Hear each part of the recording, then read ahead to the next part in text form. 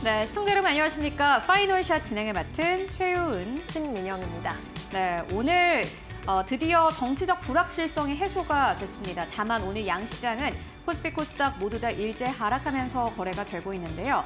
특히나 코스피 지수는 시간이 가면 갈수록 낙폭을 조금 더 키워가고 있습니다. 현재 구간에서 1.7% 이상의 급락세 나오고 있고요. 2,500선이 깨진 코스피는 2,440선에서 거래가 되고 있습니다. 외국인들의 수급이 문제인데 1조 1,000억 원 가깝게 코스피 안에서 매도 물량 나오고 있고요. 코스닥도 역시나 마찬가지로 0.7% 하락세로 거래되고 있습니다. 네, 시장은 악재에 조금 더 주목하는 모습입니다. 간밤에 경기 침체 우려로 미국 증시가 크게 영향한 데 좀 연동되는 흐름 나타내고 있고요. 특히 SK하이닉스가 7% 이상 급락하는 등 반도체주의 약세 두드러지고 있습니다. 다시금 트럼프가 관세 관련 발언을 한 영향 받아가는 모습인데요. 어려운 시장 해석에서 어떤 전략 세워보는 게 좋을지 오늘도 저희와 함께 끝까지 고민해 보시죠. 네, 오늘도 준비했습니다. 시장 마감을 위한 마지막 한밤. 지금 출발할게요. 파이널샷.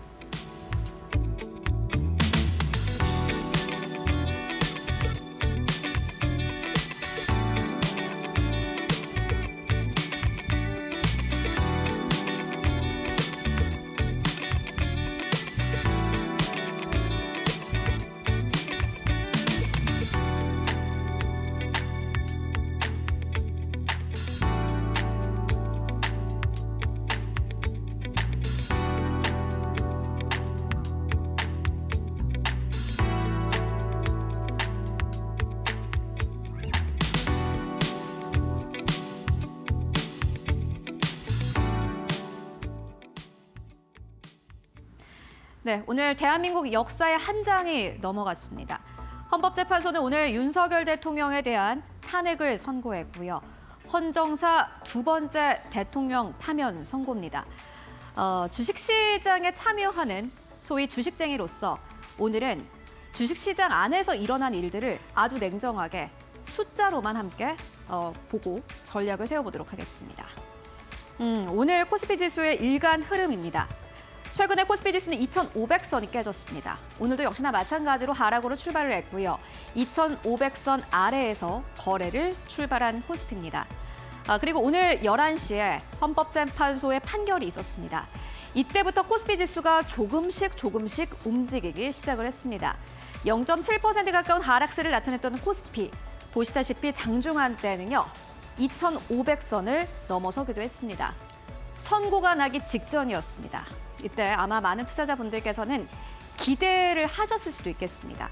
이제 불확실성이 해소된다면 코스피가 다시 한번 2,500선 위로 올라가겠구나라고 기대감을 가지셨을 텐데 막상 선고가 나니 보시다시피 지수 뚝 떨어지기 시작을 하고 있습니다.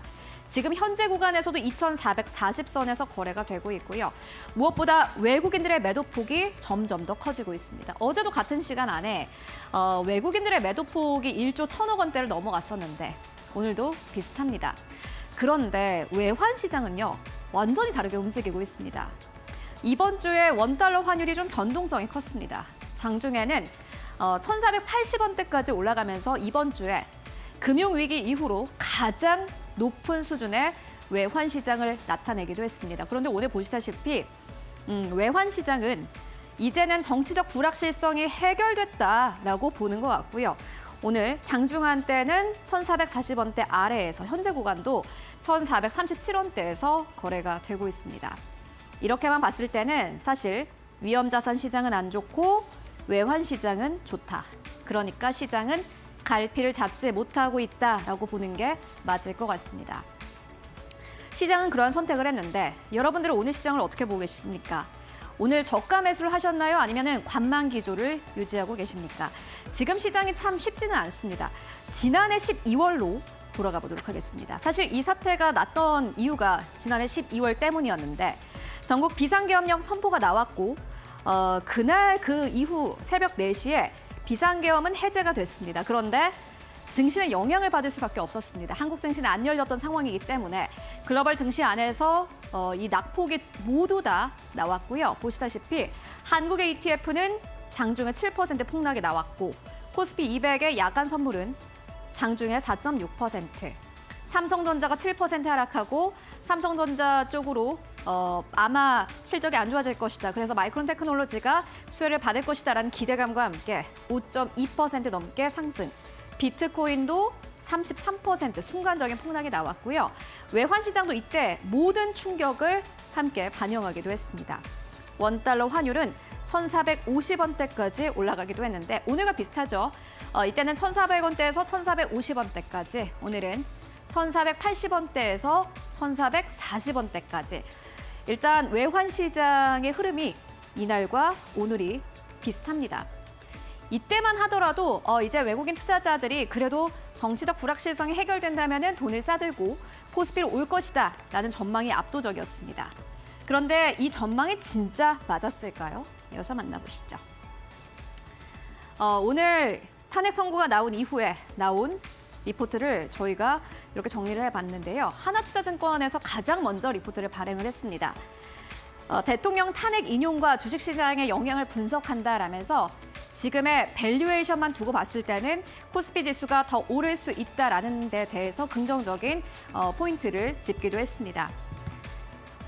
박근혜 대통령 때입니다.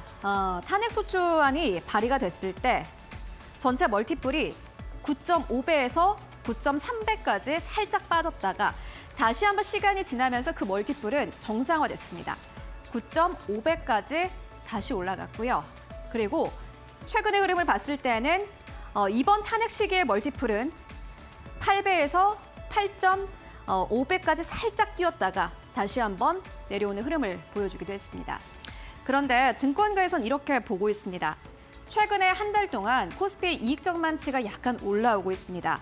12개월 선행 순이익이 232조 원인 것을 고려를 할 때 9.4배를 적용을 해봤을 때 앞으로 코스피는 2,720선까지 오를 수 있다라고 숫자로 계산을 해봤습니다. 지금 2,400선이니 지금보다 약 300포인트 이상의 상방이 열려 있다라고 보시면 될 것 같습니다. 그리고 긍정적인 포인트가 한 가지 더 있는데요. 만나보실까요? 무엇보다 이제 이 재정 지출이 확대될 것이다라는 기대감이 나오고 있습니다. 정권이 바뀌는 것에 대해서 많은 사람들이 아마 대비를 할 테고요. 무엇보다 IMF가 한국의 재정 적자가 GDP 대비해서 0.5% 수준이다라고 밝힌 바 있는데 다른 국가들 대비해서 꽤 낮은 수준입니다. 미국은 7.6%, 일본은 6.1%, 유럽연합은 3.1%입니다. 물론 이 국가들만큼 따라갈 수는 없겠지만은 어쨌든 간에 절대적인 숫자만 봤을 때는 한국의 재정 적자 수준은 좀 낮은 것으로 보여지고요. 정부가 쓸 수 있는 돈의 이 여력이 지금보다는 더 많을 것으로 보여집니다.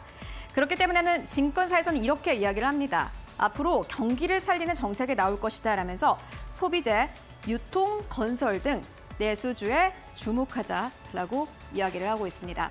정부가 돈 쓰는 만큼 그쪽으로 돈이 들어가겠지라는 게 포인트인 것 같고요. 그리고 두 번째로 여러분들 다 아시는 거, 불확실성 해소입니다. 이미 세 가지 불확실성이 다 해소된 것으로 보여집니다. 공매도 재개, 미국의 관세 발표, 그리고 탄핵 선고까지. 꽤 바쁜 2주 정도가 됐는데 그럼에도 불구하고 모두 다 지나갔다라는 데 대해서는 안도를 하실 수 있을 것 같습니다. 다만 지금까지 전해드렸던 건 긍정적인 포인트입니다. 우리가 긍정적인 것만 볼 수 없겠죠. 부정적인 포인트도 있습니다. JP모건이 최근에 글로벌 경기 침체 확률을 상향 조정했습니다. 지금까지 JP모건은 글로벌 경기 침체가 올 가능성이 40%다라고 내다봤는데 최근에 60%대까지 상향 조정했습니다. 그리고 무엇보다 골드만삭스가 WTI 가격 전망치를 배럴당 $5 정도 하향했습니다.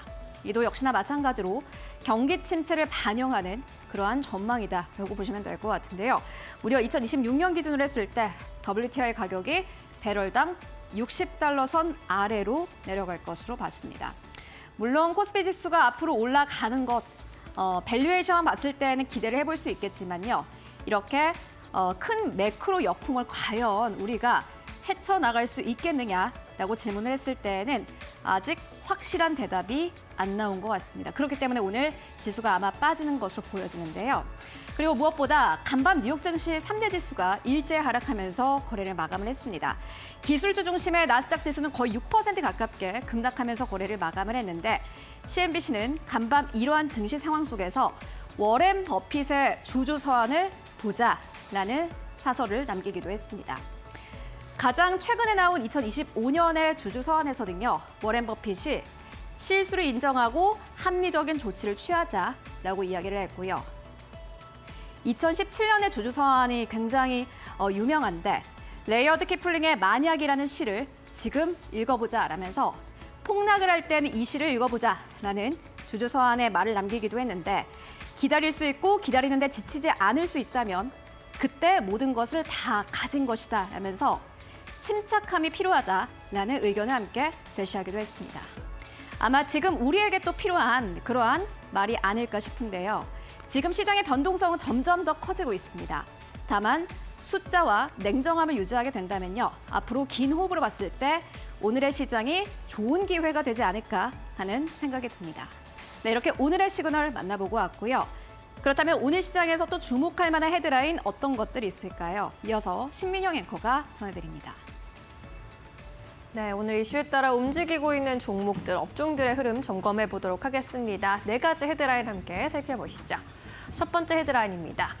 네, 윤 대통령의 탄핵 선고 인용이 있었습니다. 이재명, 김문수, 한동훈 테마주의 급등세가 눈에 띄고 있습니다. 헌법재판소가 윤석열 전 대통령에 대한 파면 선고를 내린 후에 차기 유력 대선 후보로 꼽히는 인물 관련주들이 들썩이고 있는 건데요.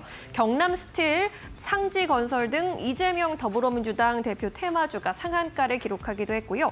여권의 유력 대선 주자로 떠오르는 김민수 고용노동부 장관의 테마주인 평화홀딩스도 상한가를 기록했습니다. 역시 여권의 대선 주자인 한동훈 전 국민의힘 대표 테마주인 대상홀딩스 역시 급등세를 기록하는 모습입니다. 두 번째 헤드라인입니다. 트럼프가 반도체에 대한 관세를 다시 예고한 가운데 삼성전자, SK하이닉스를 비롯한 반도체주의 약세 두드러지고 있습니다. 트럼프 대통령 반도체 관세 분야 도입이 아주 곧 very soon 이어질 것이라고 예고했습니다. 이에 따라서 반도체주에 대한 투자 심리가 악화된 것으로 풀이되고 있는데요. 여기에 미국의 상호 관세 부과 이후 경기 침체 우려로 간밤에 뉴욕 증시 주요 지수가 일제히 급락한 것도 여파가 있는 것으로 보입니다. 간밤에 특히나 엔비디아와 마이크론 테크놀로지, 브로드컴 등 반도체 관련주들 일제히 큰 폭의 약세 기록하면서 필라델피아 반도체 지수가 9.8% 급락하기도 했습니다. 세 번째 헤드라인입니다.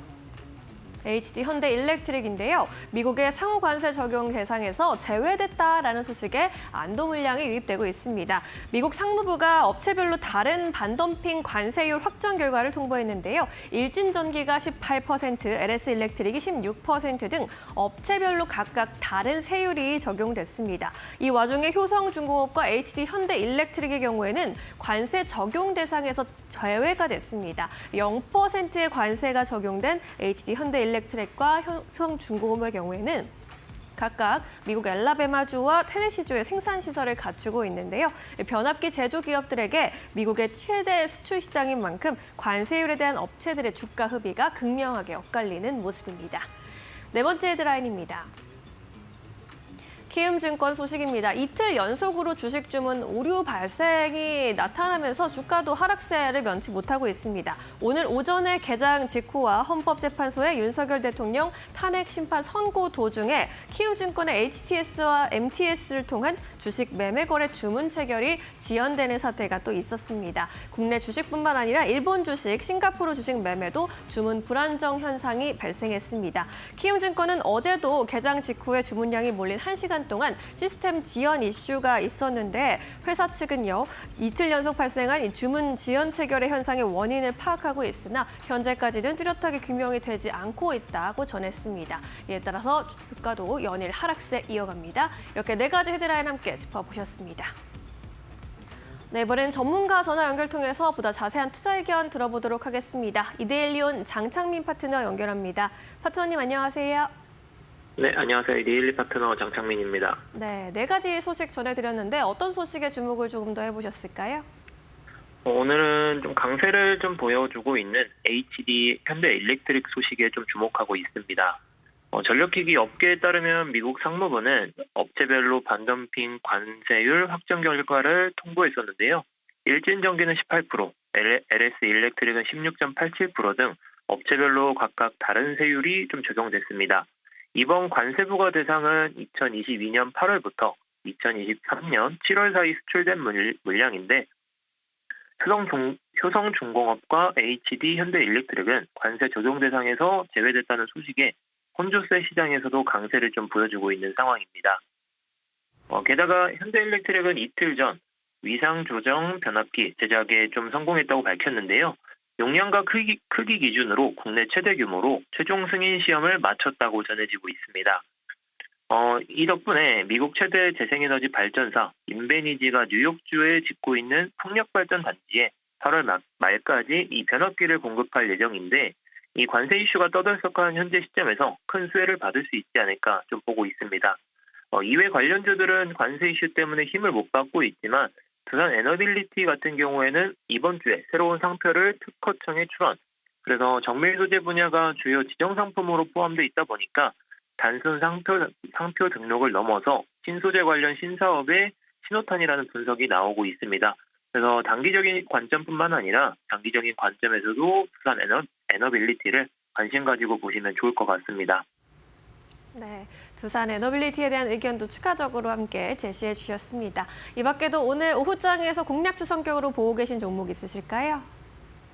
네, 오늘은 별다른 내용들이 좀 많기는 한데 그래서 A스토리라는 좀 종목을 말씀드려볼까 합니다.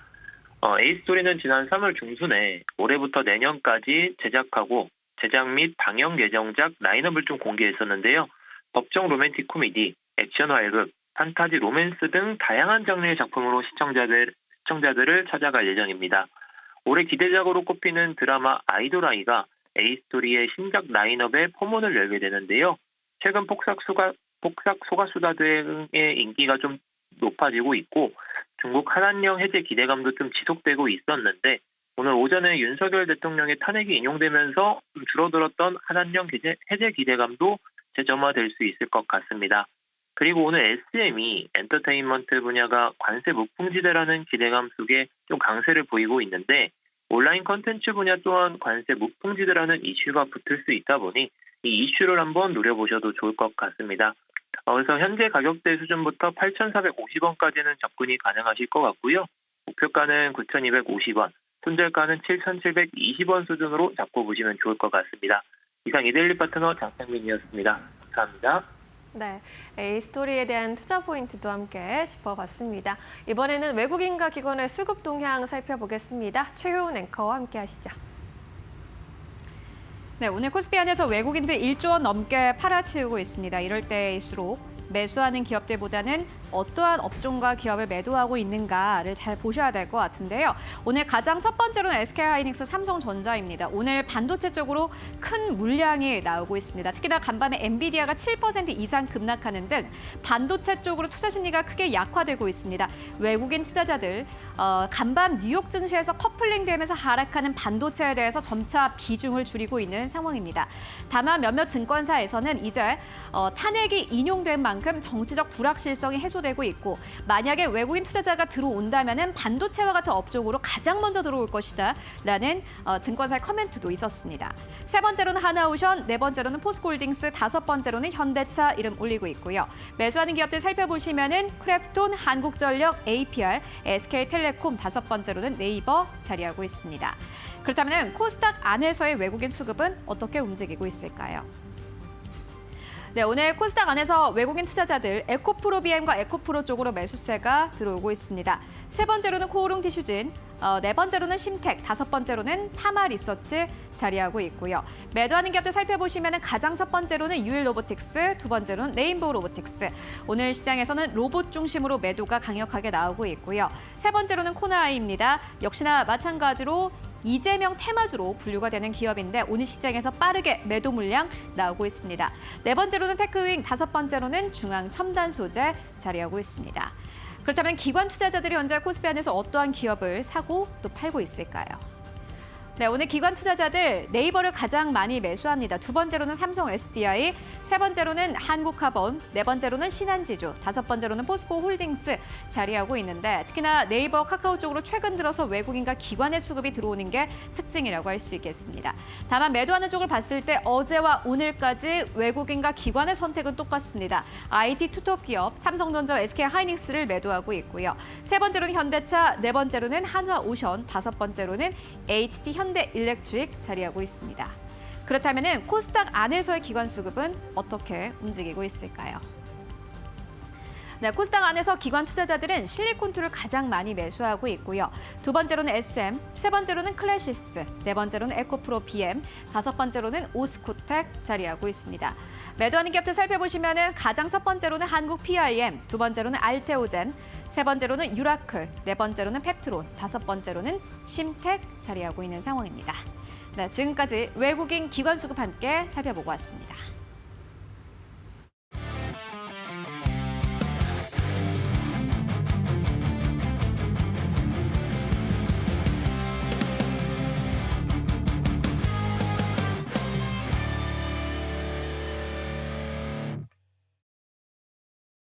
네, 이데일리온 이재선 파트너와 함께하는 만로홈런 시작하겠습니다. 오늘도 어려운 시장에서 한 줄기 빛이 되어줄 만로홈런 같은 종목들 발굴해 보겠습니다. 파트너님 안녕하세요. 네, 안녕하세요. 네, 금요일장입니다. 헌법재판소의 판결이 나왔고요. 코스피와 코스닥 지수는 여전히 1%대 약세를 그려가고 있습니다. 낙폭이 좀 깊게 느껴지는 오늘장, 시장 판세 어떻게 읽어볼까요?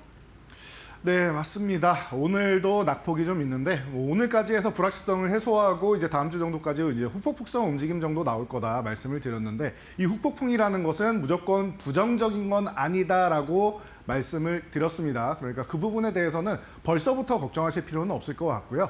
오늘 결정난 부분만 여러분들이 체크하시면 될 것 같습니다. 그래서 헌재에서 이제 만장일치가 나왔다라는 측면, 아무래도 조금 지연된 부분이 중간에 이견이 있거나 하면은 국민들도 분열될 수 있기 때문에 아예 만장일치 될 때까지 이제 회의가 조금 더 길어지지 않았나라는 추측을 한번 해봅니다. 그래서 결론적으로는 이제 만장일치가 나왔다라는 거 체크하시면 될 것 같고요. 그럼 60일 이내에 이제 다시 선거를 한다라고 하니까 이거 참고하시면 될 것 같고, 상호 관세 어제 발표됐는데 사실 오늘 워낙 또 국내에 큰 이슈가 있다 보니까 잠깐 동안 여러분들이 좀 혼란스러우실 수 있겠지만 영향력에 지금 들어와 있는 상황이고 이 부분에 대해서 계속 협상에 대한 얘기가 오가고 있다라는 거 참고하시면 될 것 같아요. 오히려 국내 정치적 불확실성이 해소가 되었기 때문에 우리도 이제 협상할 수 있는, 누가 협상할 것인가가 중요한데 협상할 수 있는 사람이 등장한다라는 거 체크하시면 될 것 같습니다. 그래서 큰 틀에서 이제 불확실성을 해소해가는 구간으로 넘어가고 있다라고 보시면 될 것 같아요.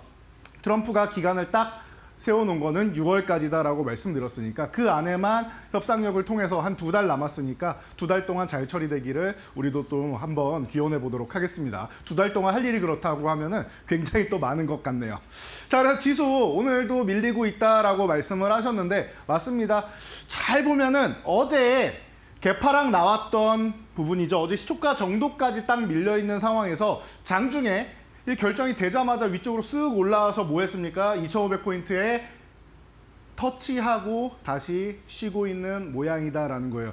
그냥 밀린 게 아니라 터치하고 밀렸다라는 거에 여러분들 의미를 두시면 됩니다. 돌파하기 위해서 한번 저항을 건드려주고 이 구간을 약하게 만들어 놓고 쉬고 있다. 그러면 다음 주 정도에 언제 넘어가도 이상할 게 없다라고 보시면 됩니다. 다시 말씀드리지만 2,500포인트 아래 내려온 부분에 대해서 많은 이제 언론들에서 이거 클리어한 거 아니냐라고 말씀하시는데 아니라고 했습니다. 일시적인 현상이고 어차피 회복되는 구간이다. 불확실성에 의해서 과도하게 흔들어내린 부분은 어차피 회복되는 구간이다라고 말씀드렸습니다. 그래서 이 부분까지 여러분들이 당장은 불안할 수 있어요. 그런데 그 길게 끌려가지는 않는다라는 거 여러분 체크하시면 될 것 같고요. 코스닥으로 넘어가도 마찬가지인 것 같습니다. 지금 코스닥 같은 경우도 680포인트 이탈하면서 여러분들이 걱정이 많으셨을 텐데 어제 바로 회복을 해주고 오늘도 회복 시도하면서 윗골이 쭉 달았는데 양대 지수가 그냥 비슷비슷합니다. 오늘 살짝 밀리더라도 별로 크게 개의치 않아도 됩니다. 좀 차이가 있다라고 하면은 코스피 같은 경우에는 이제 윗꼬리를 달았지만 음봉 쪽으로 가 있는 상황이고 코스닥은 미세하지만 양봉 쪽으로 돼 있다라는 거. 뭐 아주 큰 의미를 갖지는 않지만 이렇게 살짝 차이가 나고 있다 정도 생각하시면 될 것 같습니다. 두 지수 모두 지금 여러분들이 생각하는 뭐 지지선이다라고 주장하는 부분을 살짝 이탈해 있는 과정이지만 어차피 회복된다라고 말씀드렸습니다. 그리고 그 회복 이후에는 더욱더 멋진 모습으로 올해 초에 여러분들이 생각했던 이 구간이 지금 최근에 불확실성 때문에 밀렸다라고 하면은 그 생각했던 만큼 다시 한번 회복하고 봄에는 제가 볼 땐 기존 저항권 넘어갈 것 같습니다라고 누누이 말씀드렸습니다. 작년 12월부터 말씀드렸던 뷰가 그렇게 변화한 게 없습니다. 일시적으로 큰 그림 안에서 색칠하는 과정에서 불확실성이 조금 확대됐을 뿐이지 큰 그림이 달라진 건 아직 없다라는 거 다시 한번 말씀드릴 테니까요. 여러분들이 봄에 확인하시면 될 것 같습니다. 자, 그래서 여러분들 지금은 어떤 종목을 선택을 해야 될지 아니면 다 팔고 떠나야 될지 걱정되고 고민되는 이런 마음이 굉장히 크실 텐데요. 제가 금요일만 되면 여러분들 근심 걱정 다 내려놓으시고 놀고 먹자 쪽으로 집중하시면은 제가 볼 때는 올해는 여러 가지 이슈들이 많으니까 괜히 여러분들 그 고민하시기보다는 좀 편안하게 갈 수 있는 나는 조금 놀고 쉬고 맛있는 거 먹고 이렇게 재충전하는 시기에 주식은 이제 알아서 돈을 벌어다 줄 거다라고 말씀을 드렸죠. 그래서 오늘도 놀고 먹자 쪽으로 제가 준비를 하는 가운데 이런 말이 떠오르더라고요. 워렌 버핏이 우리한테 항상 교훈을 주고 있죠. 언제나 절대 돈을 잃지 말라라고 얘기를 했습니다. 이 사람의 첫 번째 원칙이고 두 번째 원칙은 첫 번째 원칙을 잘 지켜라. 결국엔 돈을 잃지 말라라는 뜻이에요. 원금을 계속 지켜가야 된다는 뜻이고 과도하게 불확실성이 큰 그리고 어려운 주식을 하기보다는 쉬운 주식을 하라는 거예요. 지금 시장에서 여러분들이 볼 때 가장 쉬운 주식이 무엇이냐라고 봤을 때 저는 다시 한번 보는데 놀고 먹는 섹터 그리고 그동안 미용이나 이런 쪽 우리가 관심 갖는 섹터들이 있죠. 그런 쪽이 관세 무풍지대에 있다란 말이에요. 그래서 성공 투자는 곧 안전하게 투자하는 게 아닌가라고 저는 과거부터 많이 말씀을 드려왔는데 다시 한번 그 마음을 되새겨야 되는 시기가 아닌가 싶습니다. 너무 급하면 안 돼요. 주식시장이라는 것은 언제나 마음이 급한 사람에게서 여유로운 사람에게로 돈이 넘어가게 되어 있다라고 합니다. 그렇기 때문에 여러분들이 괜히 급한 마음에 빨리 복구하려고 지금 뭐 있는 종목들 다 정리하고 빨리 움직이는 종목들 요즘에 좀 이제 리스크 있는 종목들 많이 나오죠. 그런 쪽으로 옮겨가기보다는 지금부터 해서 차곡차곡 또 이제 올라올 수 있는 종목들 그리고 좋은 종목인데 과하게 지금 불확실성 때문에 밀려 있다라고 하면은 그런 종목들을 담아 놓으면 좋을 것 같습니다. 그래서 오늘은 안전하게 투자할 수 있는 이런 섹터 쪽으로 해서 관세 무풍지대 종목을 여러분들께 다시 한번 짚어드리기 위해서 가져왔으니까요. 과거에 소개해드렸던 종목들도 많이 있으니까 여러분들이 다시 한번 되짚으면서 이 종목들로 집중해보는 건 어떨까 하고 제가 제안을 드려보도록 하겠습니다. 네, 지금 시장에 가장 큰 리스크가 되고 있는 관세 부분을 좀 피해갈 수 있는 관세 무풍지대에 있는 종목들 위주로 오늘 살펴주신다고 하니까요. 지금부터 귀 쫑긋해 보도록 하겠습니다. 오늘도 안타, 1루타, 3루타 종목으로 들어가 보도록 하겠습니다. 가장 안정적으로 보시는 안타 종목부터 열어보도록 할까요? 하이브를 골라주셨습니다. 엔터주야말로 관세 무풍지대로 가장 많이 관심 가져가고 있는 섹터인데 그 안에서 하이브 골라주셨어요? 네, 하이브 아주 쉽게 말씀드려서 안정적이기 때문에 여러분들께 말씀드린 겁니다. 이제 BTS 완전체, 이제 군필소년단이라고까지 불리면서 이제 우리나라는 또 군대까지 다녀오면은 굉장히 평판이 또 올라가죠. 더 이상 올라갈 곳이 없는데 유일하게 약점이 될 수 있는 부분 그리고 본인들이 가장 전성기 시절인데 그 타이밍에 군대를 다녀오는 결심을 했다라는 거 어떻게 보면 외국 같은 경우에도 굉장히 놀라는 게 이 정도로 국위선양을 하는 기업이다라고 하면은 좀 특별하게 면제를 해달라고 요청할 법도 한데 이 친구들은 직접 다녀왔다 당당하게 본인들이 군 생활을 마쳤다라고 해서 오히려 또 대서특필하면서 이제 칭찬을 하는 모습을 볼 수가 있는데요. 그 오랜 기간의 공백이 이제 끝나고 완전체로 돌아온다라고 합니다. 얼마 전에 이제 제이홉 씨가 이제 솔로로 이제 월드 투어도 하고 있었는데 굉장히 또 성황리에 맞췄다라는 얘기가 많이 나오고 이제 뭐 좋은 소식이 들려오고 있습니다. 그러다 보니까 이런 부분에서 여러분들이 좀 잘 체크해 보실 필요가 있을 것 같아요. BTS가 그냥 돌아왔다. 우리나라 엔터업계가 그동안 BTS의 후광을 입어서 많은 그룹들이 이제 아이돌들이 K-팝 시장에서 이제 글로벌 시장으로 뻗어 나갔었는데 이제 그 주인이 돌아왔다. 왕좌의 자리를 차지하기 위해서 다시 왔다라고 생각하시면 됩니다. 솔로로도 그 자리를 차지하고 있었는데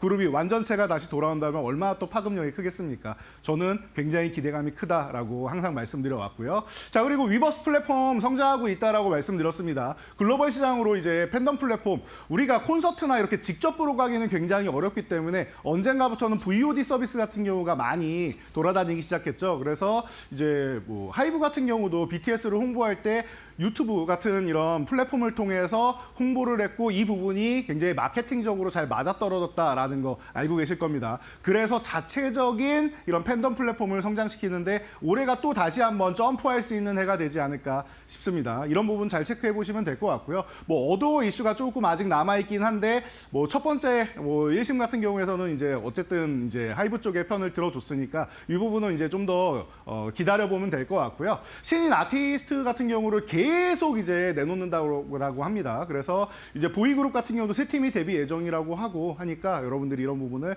잘 체크해 보시면은 가장 안정적인 종목, 제가 안타 종목은 좀 비중 있게 들고 갈 수 있고 편안하게 갈 수 있는 종목이라고 말씀드렸죠. 안전 투자에 가장 어울리는 종목이 안타 종목에 있다라고 말씀드렸는데 그 중심에 하이브, 여러분들이 지금도 늦지 않았으니까 관심 가져보시면 좋을 것 같습니다. 네. K-팝의 대표 주자인 BTS를 품고 있는 하이브, 지금도 늦지 않았다. 공략해보자라는 의견으로 안타 종목으로 선정을 해주셨습니다. 자, 이번에는 조금 더 장타 노릴 수 있는 2루 타석으로 이동해 보도록 하겠습니다. 골프존을 골라주셨습니다. 골프 좋아하시는 분들은 이제 본격적으로 필드에 나가실 시즌이 다가왔는데 우리 코너명은 만루 홈런이지만 이 종목으로 홀인원을 좀 노려볼 수 있을까요? 아, 네, 좋은 말씀이네요. 홀인원을 노리겠다라고 하셨는데 충분히 가능하지 않을까 싶습니다. 제가 이 골프존이라는 종목은 기존에도 사실 한번 소개해드린 적이 있고 이 종목은 말로 홈런에 해당됩니다라고 말씀을 드렸었죠. 그래서 저는 좀 장타도 충분히 가능하고 그리고 트레이딩 과정에서 있어도 굉장히 좀 편안하다라고 보고 있는데 이 종목이 2루타 정도에 이제 포진되어 있는 거는 오늘 종목들 중에서 트레이딩하기 가장 좋은 종목이 아닌가 싶어서 제가 이제 뭐 안타, 2루타, 3루타 중에서 고민을 정말 많이 했는데 그중에 2루타 정도에 딱 들어가기 적합한 종목인 것 같습니다. 그래서 골프존 저는 그래요. 이제 필드 나가시는 분들 많다라고 하는데 뭐 저는 뭐 주변에서도 지금 뭐 일본이나 이렇게 해외로 나가시는 분들이 종종 보이더라고요. 저는 그렇게 오늘 나가본 적은 없지만 갔다 오면 다들 이렇게 즐거워하는 모습을 본다라고 하면은 그 준비 과정에 있어서 이제 뭐 골프존에 이제 그 서비스를 이용하시는 분들이 굉장히 많죠. 필드를 나갈 수가 없다라거나 아니면은 그냥 평소에 시간이 그렇게 많지는 않아서 나는 근처에 이제 스크린이나 이런 쪽 가서 혹은 나는 이제 요즘에 피트니스 센터에도 골프존에 이제 연습기구를 놓고 이제 교육하고 하는 모습 많이 볼 수 있죠. 이런 부분에 있어서 계속 가맹점 수가 늘어난다라는 측면에서는 긍정적일 수 있다. 외형 성장이 계속 이루어지고 있다라는 거예요. 그럼 여기서 이제 코로나 이후에 매출액이 조금 감소했던 부분을 이제 회복할 수 있는 부분이 가맹점 수를 늘리고 이제 매출 총 이익률을 개선하게 된다라고 하면 긍정적일 수 있는데 1분기부터 시작된다라고 합니다. 그러다 보니까 여러분들이 지금부터는 좀 관심 가져볼 만한 종목이고 실적이 개선된다라는 측면에서 보시고 주주 친화 정책까지 펼치고 있는 종목이니까 이 종목이 지금 뭐 시장 영향력 때문에 올라가다가 살짝 쉬고 있는데 다시 한번 움직일 때 또 폭발적으로 방금 말씀하신 홀인원 같은 멋진 모습 보기에 충분한 종목이니까 여러분들이 2루타 종목으로 트레이딩 관점에서도 충분히 볼 수 있는 종목 관심 가져보시기 바랍니다. 네, 골프존 같은 경우에는 트레이딩 관점으로 보기 좋은 종목이고 실적 그리고 밸류업 측면에서도 지금 긍정적인 면 나타나고 있다는 점 잘 체크해 보시면 좋겠습니다. 이번에는 3루타 종목으로 넘어가 보도록 하겠습니다. 삼양식품을 골라주셨습니다. 놀고 먹자 테마에도 딱 맞는 종목일 텐데 K푸드의 대표 주자잖아요. 지금 근데 접근해도 좋은 건지 어떤 분석 갖고 계신 걸까요?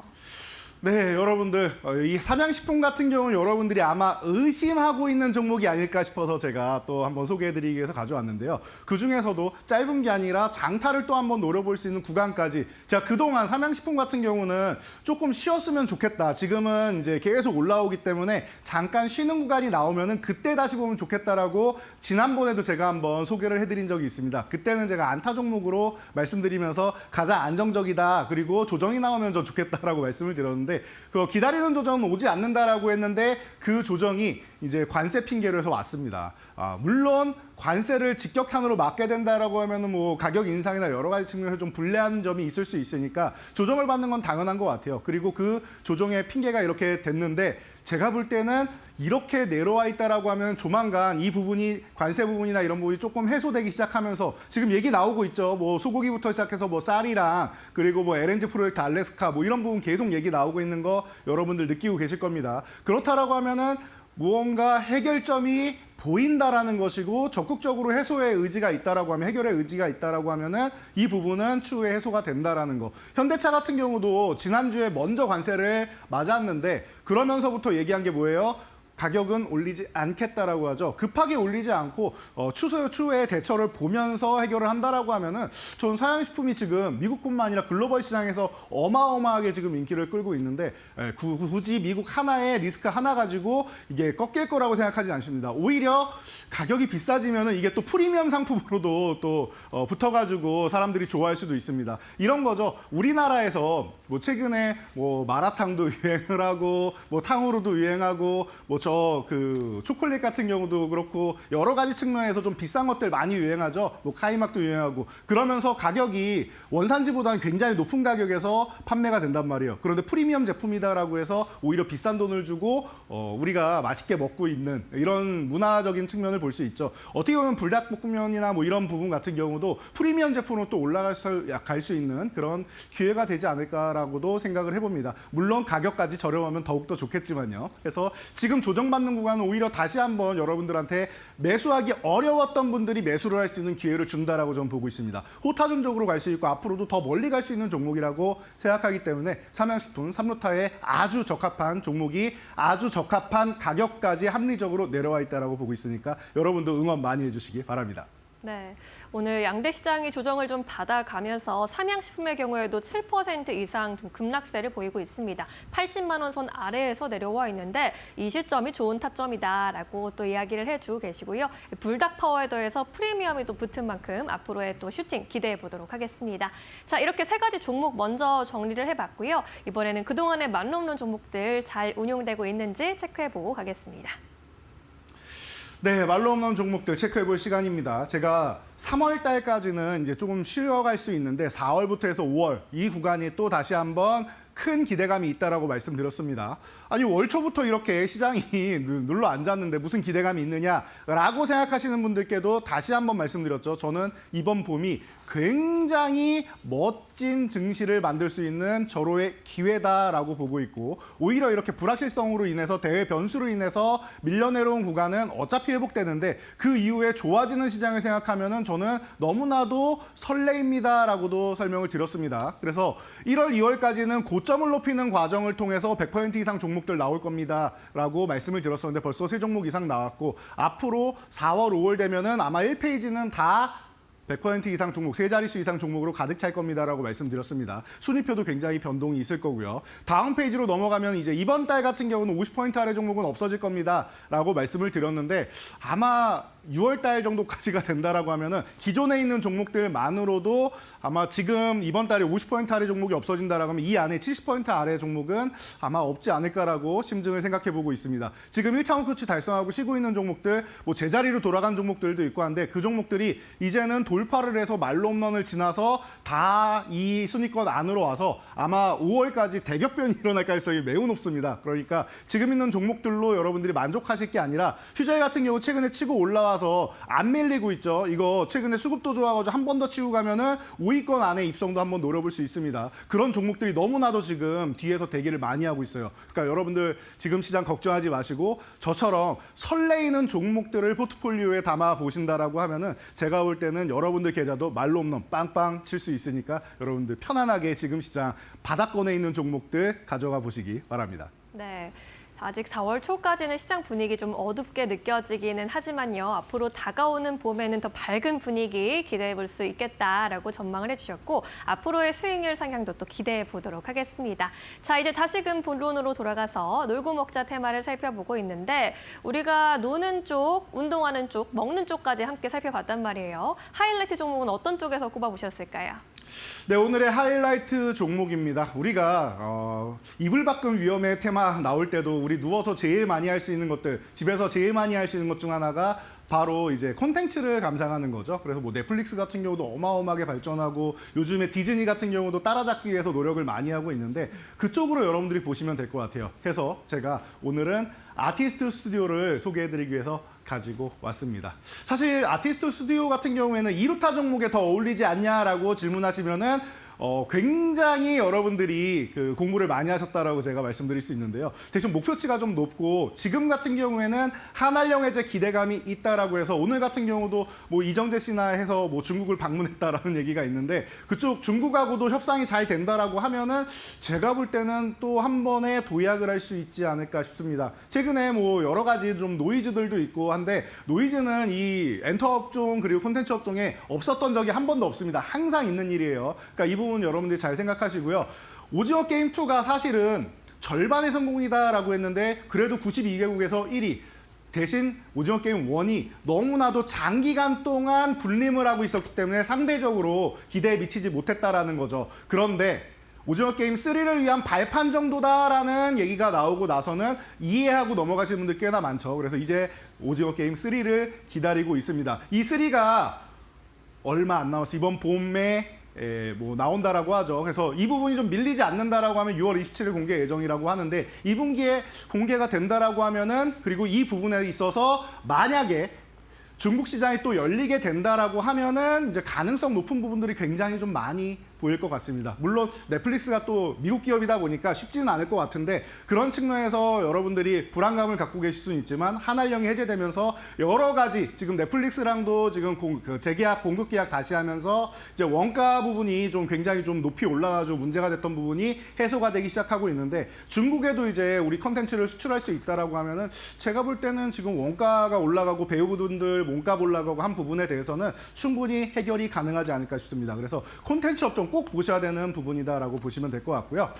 자, 가격적으로 간단하게 설명드리도록 할게요. 지금 15,000원 전후 구간에서 움직이고 있는데 15,000원 이하에서만 여러분들이 체크를 하시면 될 것 같습니다. 그리고 기존에 이렇게 쭉쭉 올라갔던 부분이 있는데 2만 원 구간 가면은 이제 1차 목표치라고 생각하시면 되고 26,000원을 말로 없는 목표치입니다. 그러면은 지금보다 뭐 거의 이제 2배 조금 안 되는 가격인데 굉장히 높은 목표까지만 한 번 움직이기 시작하면 40~50%는 그냥 움직이는 종목이니까 편하게 보시면 될 것 같고요. 13,000원 이하에서 리스크 관리 정도만 한 번 하고 다시 산다라고 생각하시면 될 것 같습니다. 조금 기다리다 보면은 한 번씩 급등이 나오면서 결과를 만들어주는 종목이니까 여러분들이 함께 관심 가져보시기 바랍니다. 네, 오늘의 만홈런 종목은 아티스트 스튜디오로 살펴봤습니다. 2차 목표가 26,000원 선까지 바라보도록 했으니까요. 이 종목에도 한번 관심 가져보시면 좋겠습니다. 저희는 이제 다음 주에 다시 또 만홈런에 도전합니다. 오늘 말씀도 고맙습니다. 감사합니다.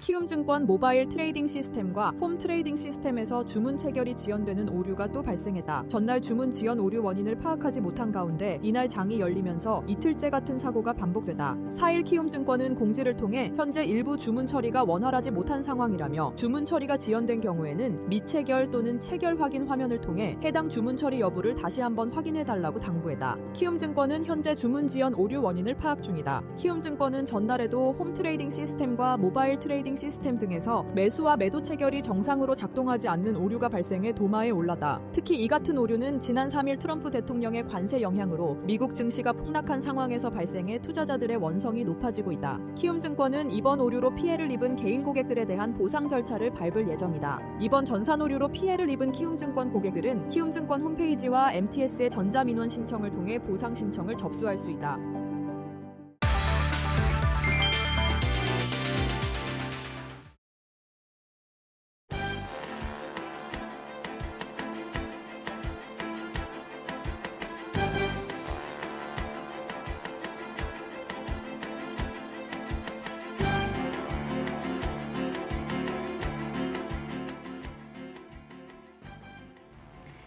네, 오늘은 정치적 불확실성이 해소된 날입니다. 다만 불안감은 여전히 있습니다. 관련된 사안 오늘 함께 이야기 나눠볼 텐데요. 숭실대 금융경제학과의 신동준 교수 모시고 이야기 나눠보도록 하겠습니다. 안녕하십니까? 네, 안녕하세요. 네, 또 대한민국의 경제 분야를 공부하고 연구하시는 교수님으로서 네. 오늘의 탄핵 선고 어떻게 보셨습니까? 방금 말씀해 주신 대로 일단 정치적인 불확실성이 해소가 되었으니 사실 지금부터는 좀 금융시장이 조금은 좀 안정이 되고 그러니까 우리나라의 국내적인 것보다 지금 사실 그렇죠. 밖에 네. 한국 밖에 이슈가 훨씬 더 크게 있지 않습니까? 그렇죠. 그래서 그 부분에 대한 좀 고민을 제대로 하는 계기가 됐으면 좋겠습니다. 또 아마 선거를 치르는 과정에서 또다시 조금 정치적으로 좀 그렇죠. 분열되는 네. 모습들이 걱정이 되긴 합니다만 그 과정에서 뭐 양당의 후보들이 뭐 여러 정당의 후보들이 좋은 대응책에 대한 고민을 좀 많이 국민들에게 좀 내서 그죠. 좀 안심할 수 있도록 해주셨으면 좋겠습니다. 네, 대한민국이 어찌됐든 네. 더 나은 방향으로 갈 수 있기를 저희 모두가 아마 국민 모두가 뭐 염원하고 있는 부분이 아닐까 하는 생각이 들고요. 경제 쪽 조금 더 짚고 가도록 하겠습니다. 사실 미국이 이제 문제인 것은 관세 전쟁 때문이지 않습니까? 그렇죠. 경기 침체에 대한 우려감도 좀 커지고 있는 상황이고요. 지금 이 상황을 볼 만한 뭐 관전 포인트 이런 것도 네. 어떻게 보고 계십니까? 어제 오늘 미국의 투자은행들이 미국의 경제 성장률 전망 그리고 경기 침체에 대한 그죠. 위험, 확률 이런 것들을 50% 이상으로 올리고 있어요. 그러니까 경기 침체 가능성이 반 이상으로 올라갔다라는 거죠. 보편 관세에다가 추가 관세까지 지금 상호 관세까지 더해졌기 때문에 굉장히 경기 침체에 대한 리스크가 가장 커졌다는 게 지금 지난 한 2, 3일 전하고 되게 차이가 큰 부분입니다. 좀 특이한 거는 원래는 관세를 부과하거나 경기가 침체가 되면 달러가 강해져야 되거든요. 그죠. 예. 그렇죠. 근데 어제 오늘 보시면 달러가 약세를 보이고 있고 뚜렷하게 그리고 지난 1분기 내내 사실 달러는 한 4% 정도 약세였습니다. 거기다가 지금 4월 들어서 또 약세를 가고 있으니까 좀 이례적인 상황이에요. 그러면 달러가 그렇게 관세를 부과한 만큼 달러 가치가 상승하지 않는다면 그만큼은 사실 그 달러가 약세라는 얘기는 기업들이 조금 더 비싼 가격에 수입을 해와야 된다는 뜻이거든요. 그렇죠.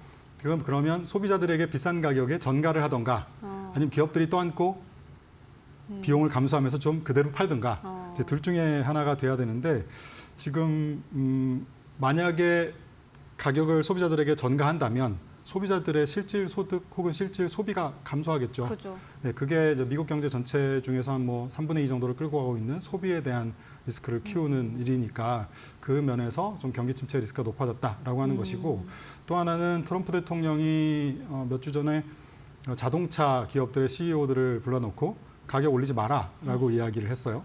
그러면 그 얘기는 가격을 올리지 않으려면 결국 기업들이 그 부담을 다 떠안아야 합니다. 그러면 마진을 줄 테니까 당연히 투자와 고용을 줄이겠죠. 간밤에 발표된 미국의 해고 발표를 보면 작년 이맘때보다 200%가 늘었잖아요. 역대 최대 숫자로 지금 해고에 대한 리스크가 커져 있어서 당연히 내 일자리가 없어질지도 모른다고 생각하면 사람들도 많이 위축되겠죠. 그래서 그런 것들이 경기 침체에 대한 리스크를 좀 키우고 있는 그런 상황입니다. 경기 침체에 대한 리스크가 커졌다는 부분이 하나가 있고요. 또 하나의 관전해서 보셔야 될 포인트는 왜 이런 무리한 정책들을 펼치고 있는가라는 거죠. 이거는 좀 재정 적자 때문이라고 보셔야 될 것 같아요. 재정 적자는 사실 하루 이틀 된 이야기는 아닙니다. 뭐 오랫동안 우리 이 얘기를 했는데 왜 갑자기 재정 적자 이야기냐라는 거에 대해서는 팬데믹을 거치면서 임계점을 넘어갔다라는 거죠. 사실 빚을 낸 다음에 돈을 갚는 거는 스케줄이 정해져 있어요. 금액도 정해져 있고요. 그렇죠. 예, 그런 상태이기 때문에 이거는 뭐 당장 한두 해 뭔가를 한다고 해서 해결할 수 있는 부분이 아닙니다. 트럼프 대통령이나 트럼프 행정부의 이 고위층들의 시각을 보면 기본적으로 달러는 기축통화니까 초과 수요가 항상 있어 왔다. 달러를 가지고 싶어하는. 그래서 달러는 만성적으로 고평가였고 이 고평가인 상황이기 때문에 미국의 제조업이 약해졌다. 그리고 미국의 제조업에 일하던 일자리들을 다 우리가 잃어버렸다. 그래서 무역은 적자고 그 일자리들을 우리가 잃어버린 사람들을 도와주기 위해서 돈을 써야 되니까 재정 지출을 많이 해서 정부는 재정 적자가 급격히 늘었다. 얼마나 늘었냐면 이 재정 적자를 통해서 우리가 이자를 갚는 비용이 작년에 처음으로 군사비보다 많아졌어요. 그죠. 내년 전망을 보면 드디어 이자를 갚는 데 들어가는 비용이 1조 달러 정도 들어갈 거라고 이제 예상이 되고 있습니다. 그렇게 되면 그런 과정에서 우리가 이렇게 힘들게 비용을 지불하면서 달러 시스템 깔아놓고 무역 시스템 만들어 놓고 안보 우산까지 다 씌워주고 있는데 그 시장을 만들어 놓은 시장에서 동맹국들이 와서 돈 벌어갖고 경쟁국은 와서 오히려 더 성장해서 우리의 지금 턱 밑까지 위협하고 있다라는 게 지금 미국의 시각인 것 같고요. 그 상태에서 그렇다면 이제는 이 달러 기축통화에 대한 시스템을 유지하는 비용, 우리나라 최대 소비 시장과 무역 시스템을 유지해서 너네들이 돈 벌어가는 데 들어가는 비용, 그리고 안보 우산 씌워주는 비용까지 이제는 분담하자라는 게 기본적인 아이디어예요. 사실 경제학적으로는 별로 매력적이지 않지만 정치적으로는 굉장히 매력적인 스토리 라인이죠. 그래서 지금 트럼프의 일단 지지를 보내고 있는 상황인 거고요. 그 상황에서 지금 어떤 얘기가 나오고 있냐면 그럼 어떻게 분담할 거냐라는 거죠. 그러면 85년도에 지금처럼 달러 가치가 비쌌을 때는 이제 플라자 합의라는 거를 했잖아요. 강제로 통화 가치를 조정시키고 미국은 금리 내리고 독일, 일본은 금리 인상하고. 근데 지금 그럴 수 있는 환경이 아니에요. 그죠. 예, 미국이 인플레이션이 아까 달러가 약세로 가고 있기 때문에 경제도 아직은 괜찮고요. 그래서 인플레이션에 대한 리스크가 있는 상황에서 옛날만큼 달러를 약세로 만들 수 있겠는가. 예, 빚을 줄이려면 달러 가치를 떨어뜨려서 내 빚의 가치를 떨어뜨려야 되는 거죠. 그죠. 예, 그리고 이자 부담을 낮추려면 금리를 또 낮게 유지해야 그죠. 되는 거고요. 예. 근데 지금 두 개가 다 쉽지가 않습니다. 그래서 지금 얘기 나오는 거는 외국인들이 갖고 있는 미국 국채에 이자가 나가고 있으니까 이거를 뭐 100년짜리 이자를 주지 않는 채권으로 강제로 바꾸겠다라는 건데요. 말도 안 되는 얘기 같지만 사실 그 아까 제가 얘기했던 배경을 살펴보면 그죠. 만약에 한국 정부를 테이블에 앉혀놓고 너네들 한국이 갖고 있는 외환보유고 중에서 미국 국채를 100년짜리 무이자 국채로 바꿀래? 아니면 관세를 100% 맞을래? 아니면 미군을 뺄까? 혹은 미군 비용 니네가 거의 다 댈래? 라고 협상했을 때 과연 우리가 어디까지 얻어내고 어디까지 아이고, 네. 내줘야 될 것인지에 대한 고민을 정말 정책들을 잘 살펴봐야 될 것 같습니다. 이 100년 만기 국채라는 건 사실 얼토당토하는 얘기 같지만 우리가 많이 보던 그림이에요.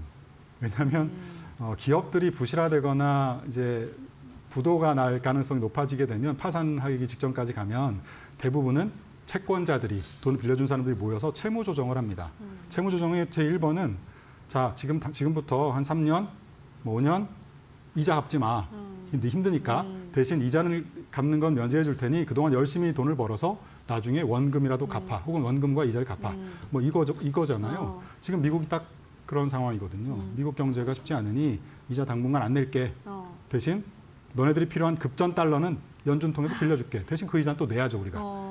지금 그런 상황으로 가고 있어서 조금 겉으로 나타나는 아주 워딩은 되게 자극적이고 비경제학적으로 보입니다만 그 밑단에 깔려 있는 여러 가지 논리의 흐름을 보면 충분히 다른 변형된 형태로 관세나 안보를 레버리지해서 우리에게 비용을 그들의 재정 부담을 줄이기 위해서 우리가 군사비를 더 내든가 관세를 통해서 그쪽에 돈을 더 보내든가. 말 그대로 협상을 굉장히 잘한다라는 맞습니다. 생각이 드는데. 아 그래요?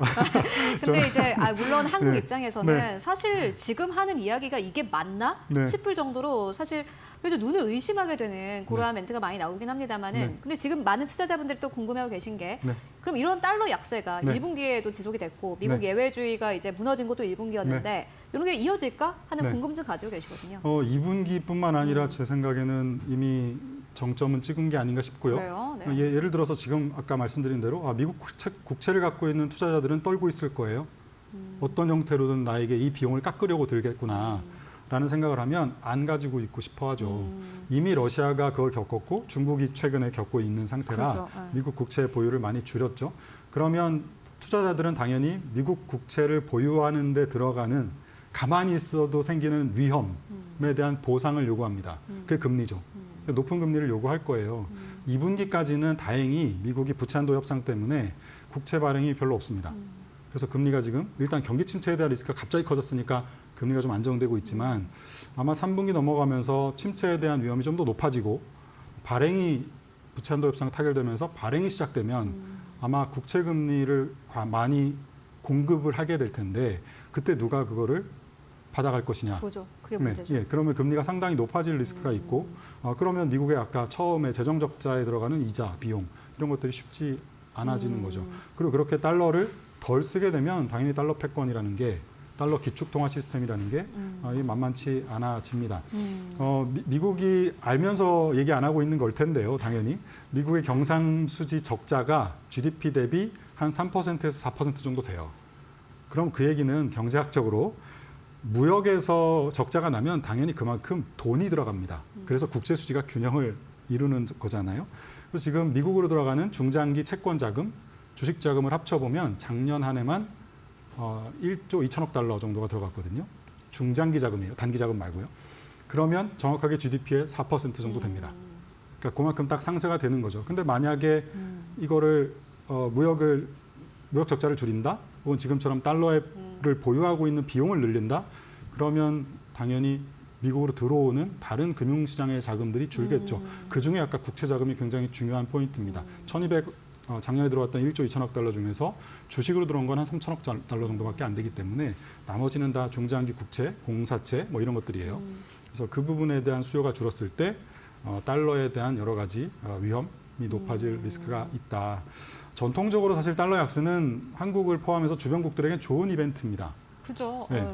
경제가 너무 좋으면 미국 밖의 경제가 훨씬 더 이 성장률이 높기 때문에 밖으로 돈이 나가면서 달러가 약세되고 워낙 뭐 그죠. 이런 다른 나라 통화가 강해지면서 주식시장이 좋은데 지금은 그거와는 좀 다른 상황이라서 상대적인 수혜가 조금 있긴 합니다만 왜냐하면 이미 유럽이나 일본 혹은 우리나라 입장에서 미국에 투자했던 자금이 주가도 뭐 M7 평균 뭐 거의 15% 16% 그죠. 어제까지 합치면 거의 20% 이상 하락했죠. 달러 가치가 지금 한 6% 정도 하락했기 때문에 합쳐보면 거의 한 4분의 1 정도가 손실이란 말이에요. 그러면 자금을 일단은 뺄 가능성이 그죠. 있지 않겠습니까? 그런 자금들이 이제 미국에서 빠져나가게 되면 외국인 자금은 아직은 작년 11월부터 국채 자금이 지금 약간씩 빠지고 있는 정도고 네. 주식은 좀 조용한 상태고요. 지금 1월 달까지밖에 데이터가 안 나왔으니까 아마 3월 데이터 보면 좀 다를 것 같긴 해요. 네. 그런데 미국의 거주자들의 자금은 2023년도 비해서 작년이 꽤 많이 빠져나가고 있다. 해외로. 그러면은 이러한 상황 속에서 지금 이제 많은 분들이 궁금해하고 계실 게 마지막 질문입니다만은 네. 앞으로 투자 전략 네. 어떻게 좀 짧게 한번 들어볼까요? 그동안에는 사실 미국이 압도적으로 좋았고 기다리면 벌 거라는 확신이 있었습니다. 맞습니다. 왜냐하면 AI라든가 기술력에 대한 압도적인 헤게모니를 갖고 있다고 생각했으니까요. 미국이. 그게 이제 독점력에 대해서 우리가 상당히 높은 밸류를 그죠. 주잖아요. 주식시장에서는. 그 부분이 딥시크가 딱 등장하고 나서부터는 이제 흔들리는 거죠. 이게 진짜 미국만 할 수 있는 거 맞을까? 저 칩이 없어도 딥시크 같은 것들이 나오고 그걸 응용해서 또 다른 것들이 나오니까 그러면서 이제 우리나라 코스피의 기업들도 조금씩 희망을 갖게 되는 측면도 있었잖아요. 그래서 지금은 어떤 특정한 압도적인 헤게모니, 독점력을 가진 국가, 시장, 섹터들을 고르기는 만만치 않아 보입니다. 어렵다. 네, 그러면 사실 뭐 늘 교과서적인 이야기입니다만 지금 어느 때보다 포트폴리오 투자, 다변화한 투자가 좀 필요한 영역이라고 보고요. 금이나 비트코인도 그런 의미에서는 좀 의미가 있는 분산 투자의 방법이라고 생각을 합니다. 네. 네. 늘 클리셰하지만 분산 투자는 늘 중요하다라는 생각이 듭니다. 지금까지 신동준 교수와 함께 이야기 나눠봤습니다. 교수님 고맙습니다. 네, 고맙습니다.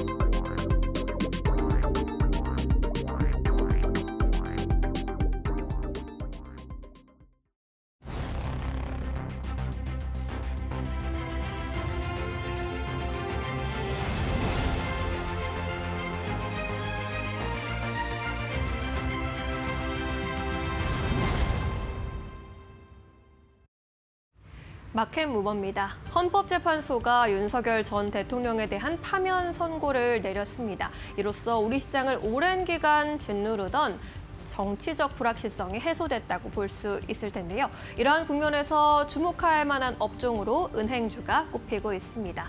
일단 KRX 은행업 지수로 동향을 좀 살펴보자면요. 연초 대비했을 때 KRX 은행업 지수는 1.8%대 상승에 그쳤습니다. 코스피 수익률에 좀 못 미치는 수준이었는데요.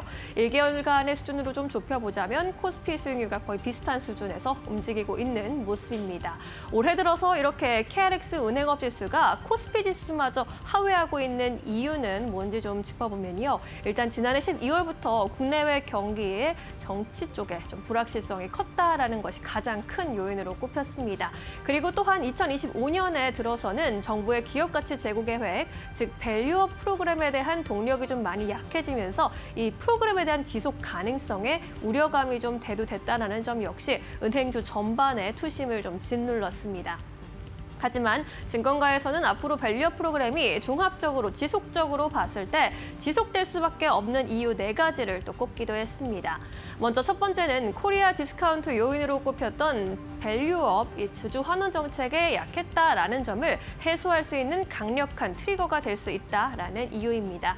두 번째로는 현재 좀 저성장 국면이고 고령화로 가고 있는 한국의 경제 구조상 가치주에 대한 주목이 필요한 시점이기 때문에 밸류업주가 더 중요해질 수밖에 없다라는 의견입니다. 그리고 세 번째 이유로는 우리나라와 유사한 밸류업 정책으로 이미 성공적인 효과를 거두고 있는 일본의 경우에도 지속 가능성이 굉장히 중요했다라는 점 꼽히고 있습니다. 마지막으로 밸류업 프로그램을 통해서 선진국 MSCI 지수의 편입 조건도 충족할 수 있다는 점 역시 긍정적인 요인으로 보이는데요. 여기에 더해서 또 밸류업 프로그램이 추진될 수 있는 동력을 좀 얻어갈 수 있는 정치적 리스크가 해소된 데다가 실적도 뒷받침되고 있다라는 의견입니다. 교보증권에서는 국내 시중은행들이 타 업종 대비해서 상대적으로 양호한 이익률 수준을 수현함에 따라서 밸류업을 통한 적극적인 주주 환원 정책을 지속할 가능성이 높다라고 봤습니다. 그러면서 탑픽 종목들로 우리금융지주와 신한지주를 꼽았는데요. 안정적인 실적을 바탕으로 주주 환원 여력을 넓혀갈 것이다라는 전망입니다.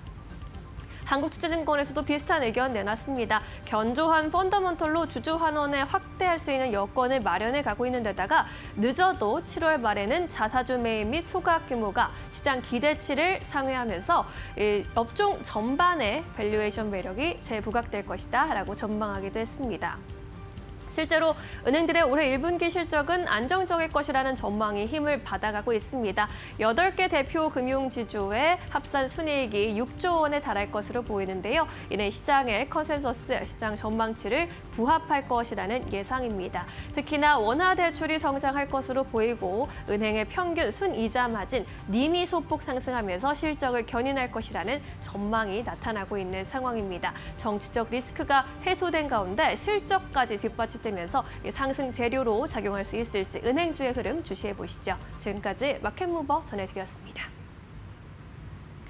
네, 이어서 오늘 시장에서 핫한 이슈와 종목들과 함께 이야기 나눠보도록 하겠습니다. 오늘도 함께 해보도록 할게요. GC인포의 박근호 이사 모셨습니다. 안녕하십니까? 안녕하십니까? 네, 오늘 시장 현재 구간은 그래도 코스피가 좀 낙폭을 줄여가고 있다라는 점은 긍정적으로 보여집니다. 2,460선. 다만 외국인 투자자들의 매도 물량이 너무 커지고 있네요. 1조 6천억 원가량 현재 매도폭 나타내고 있습니다. 코스닥은 강보합권인데 지수가 중요하다라기보다는 지금 이 시점에서는 외국인들의 매도폭을 줄여나가는 그 정도, 그리고 앞으로 외국인들이 돌아올 수 있을지 그걸 잘 좀 체크해 보시는 게 중요해 보이고, 특히나 오늘 시장처럼 이렇게 외국인 매도폭 클 때에는 종목의 흐름이 사실 의미가 크게 없는 것 같습니다. 그렇다면 오늘 시장에서 어떠한 부분을 보면 좋을까요? 지금 바로 주제 공개해 보도록 하겠습니다. 네, 오늘 윤석열 대통령의 이제 탄핵 선고가 있었습니다. 파면됐고요. 시장 영향 좀 들어보도록 하겠습니다. 어떻게 보십니까? 네, 오늘 일단 두 가지를 시장의 투자자들이 가장 좀 눈여겨서 봤을 것 같아요. 네. 일단 외국인 수급이랑 그다음에 환율인데 어제 이제 밤에 미국 시장 이제 급락을 보여주면서 사실 달러 지수도 많이 떨어졌기 때문에 오늘 이제 환율이 안정되는 것은 어떻게 보면 이제 당연한 부분이고. 근데 시장은 왜 이렇게 떨어질까요? 그렇죠. 이제 외국인 매도가 나오면서 일단은 이제 파면 선고가 되고 나서 어떤 외국인과 그다음에 환율의 어떤 변화가 좀 예상이 좀 됐었었는데 외국인이 오늘 원웨이로 워낙 매도가 좀 많이 나오는 상황이라 일단 그 부분 이제 전에 이제 미국 증시 떨어진 걸 좀 약간 맞춰주는 듯한 느낌이고 오늘 일본 증시도 이제 동반으로 계속 급락이 나오고 있는 상황인데 일단 이 부분은 조금 더 지켜봐야 될 것 같고요. 오늘 시장에서 아무래도 가장 좀 주목을 받았던 것은 그동안에 일단 시장에서 대선 테마로 움직였던 그러니까요. 종목군들인데 네. 그 부분들을 화면 잠깐 좀 잡아주시면 타임라인으로 한번 좀 말씀을 드려보도록 하겠습니다. 일단 그 계엄이 있었던 때가 이제 12월 3일이죠. 12월 초에 일단은 그 이재명 관련주로 속해 있는 이제 기본주택 관련주인 이제 동신건설 같은 경우가 실질적으로 이제 스타트를 좀 먼저 좀 끊었고요. 그 다음에 상승을 한 후에 한 뭐 계속적으로 횡보만 했었죠. 그 다음에 이제 탄핵 선고를 앞두고 이제 그 다음에 이제 형지 쪽이 무상 교복으로 인해서 형지 쪽이 이제 가장 큰 상승을 좀 보여줬었고 오늘 그 장 중에 이제 그 문영배 재판관의 말에 따라서 실질적으로 조목군들의 움직임이 정말 11시 전후에서 다이나믹하게 좀 나왔었는데 잠깐 중간에 한 11시 10분 정도인가요? 이제 윤 전 대통령이 좀 약간 유리한 발언이 나오면서 조목군들이 약간 좀 시비가 엇갈렸죠. 근데 문영배 재판관이 그러나라는 단어가 나오면서 다시 좀 제자리를 좀 찾아갔고 실질적으로 파면 선고가 된 다음에 시장의 예상은 좀 상당히 좀 다르게 움직이는 흐름을 좀 보여줬어요. 이제 어떤 점이냐면 파면 선고가 되면은 지금 야당 쪽 대표의 이제 대선 주자의 움직임이 더 좋을 것이라고 예상을 했었는데 완전히 반대로 나왔습니다. 여당 쪽 후보들의 관련주들이 올라가고 이제 이재명 소위 얘기하는 이재명 대표 관련주들은 다 떨어졌거든요. 지금 밑꼬리를 좀 달고 있긴 합니다만은 지금 이거 그러면 딱 봤을 때 그냥 주가적인 측면만 봤을 때는 어떻게 보세요? 주가적인 측면만 봤을 때는 저는 지금은 아니라고 생각을 하고요. 일단은 여당 쪽이 움직인 이유는 이제 홍준표 시장이 사퇴를 하겠다라고 얘기를 했죠. 이제 사퇴 있고 이제 대선 후보로 이제 나서겠다 뜻을 밝히기 때문에 경남 수틀이 먼저 상한가를 갖고 네, 김문수 전 지사 관련된 평화홀딩스 같은 경우도 상한가를 갖고 뭐 그 대상홀딩스 한동훈 전 대표 관련주인 대상홀딩스도 올라가고 있고 네. 일단은 파면 선고가 난 다음에 지금 여당 쪽 후보들 중에 대표주들이 움직였다는 것은 상당히 좀 이채롭다라고 생각을 들고 있고요. 제가 생각하는 향후의 대선주들의 시나리오는 일단 오늘 상한가 들어간 종목군들은 조금 논외로 치고 당분간은 좀 약간 소강 상태로 들어갈 가능성이 상당히 높다. 그러면 언제 움직일 것으로 예상을 하느냐? 저는 한덕수 국무총리가 대선 일정을 발표를 하고 그때서부터 본격적인 대선 레이스 들어갈 때 움직일 것을 예상을 하는데 저는 이제 문재인 대통령도 조기 대선으로 대통령이 당선이 됐잖아요. 그때 당시에 이제 종목군들 시나리오를 제가 한번 몇 번 말씀을 드렸었는데 2달 동안의 대선 레이스가 펼쳐지게 되는데 중간 그러니까 2달 30일 전에 고점이 100% 다 나왔습니다. 그러니까 뭐 이번에도 그러란 법은 없긴 합니다만은 보통 투표일 날 갈수록 일단 많이 떨어지기 때문에 전에 조기 대선의 어떤 흐름을 봤을 때는 그러니까 지금 6월 초에 대선이 일어나지게 되겠죠. 그러니까 5월 초, 그러니까 전에 4월 말에, 그러니까 이번 달 말에 대부분의 테마주들은 제가 봤을 때는 고점을 다 찍습니다.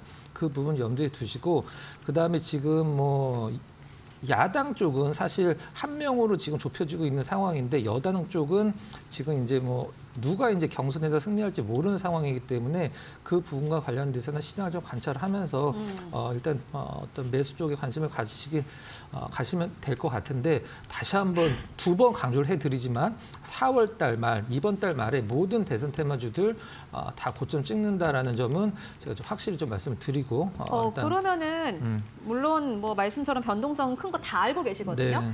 뭐 보는 기업 있으실까요?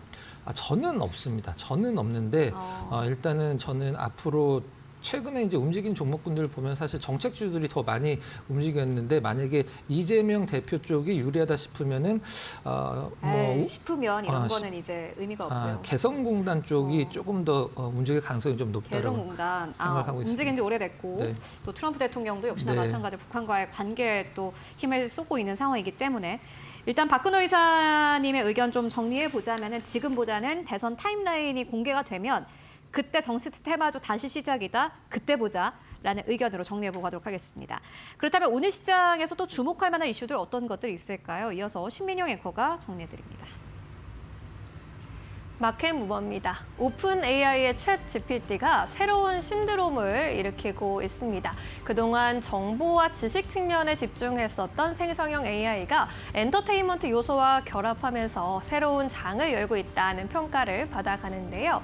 지브리 열풍 속에서 챗 GPT 가입자가 5억 명을 넘기도 했습니다. 이렇게 가입자에 큰 영향을 준 것은 신규 이미지 생성 모델 챗 GPT-4의 이미지 생성 기능인데요. 기존의 달리 모델에 비해서 훨씬 정교한 이미지를 생성할 수 있게 된 점이 주목할 만한 부분입니다. 특히 이미지 합성이나 변환 성능이 높아진 점이 특징적으로 꼽히고 있는데요. 이러한 이미지 생성 기능을 이용해서 디즈니나 스누피, 심슨 가족 등 인기 애니메이션의 화풍을 따라 그리는 그런 그림들, 이미지들이 선풍적인 인기를 끌고 있습니다. 일각에서는 저작권에 대한 이슈, 그리고 창작 의욕을 꺾을 수 있다라는 문제도 제기되고 있지만 이용자들의 반응은 폭발적인데요. 이렇게 샘 올트만 CEO도 직접 자신의 프로필 사진을 지브리풍으로 바꾸기도 했고요. 이렇게 지브리풍으로 또 바꾼 사진을 게재하면서 열풍에 불을 붙이기도 했습니다. 일본의 유명 애니메이션 스튜디오인 지브리 화풍의 그림을 지브리풍으로 변경해줘라고 내 사진을 넣으면 이렇게 스타일이 변경되는 건데요. 이러한 가운데 열풍이 너무 뜨겁다 보니 GPU도 너무 뜨겁게 달아왔다라는 너스레를 떨기도 했습니다. 샘 올트만 CEO는 10만 대의 GPU를 확보할 수 있다면 최대한 빨리 연락해 달라면서 지금 이 GPU가 과열되고 있는 상태다라고 전하기도 했는데요. 현재 오픈AI 회사 가치는 이제 3천억 달러에 육박을 합니다. 지난달에 일본 소프트뱅크를 비롯한 투자자로부터 400달러, 우리 돈으로 약 58조 원 규모의 신규 투자를 유치한 바 있고요.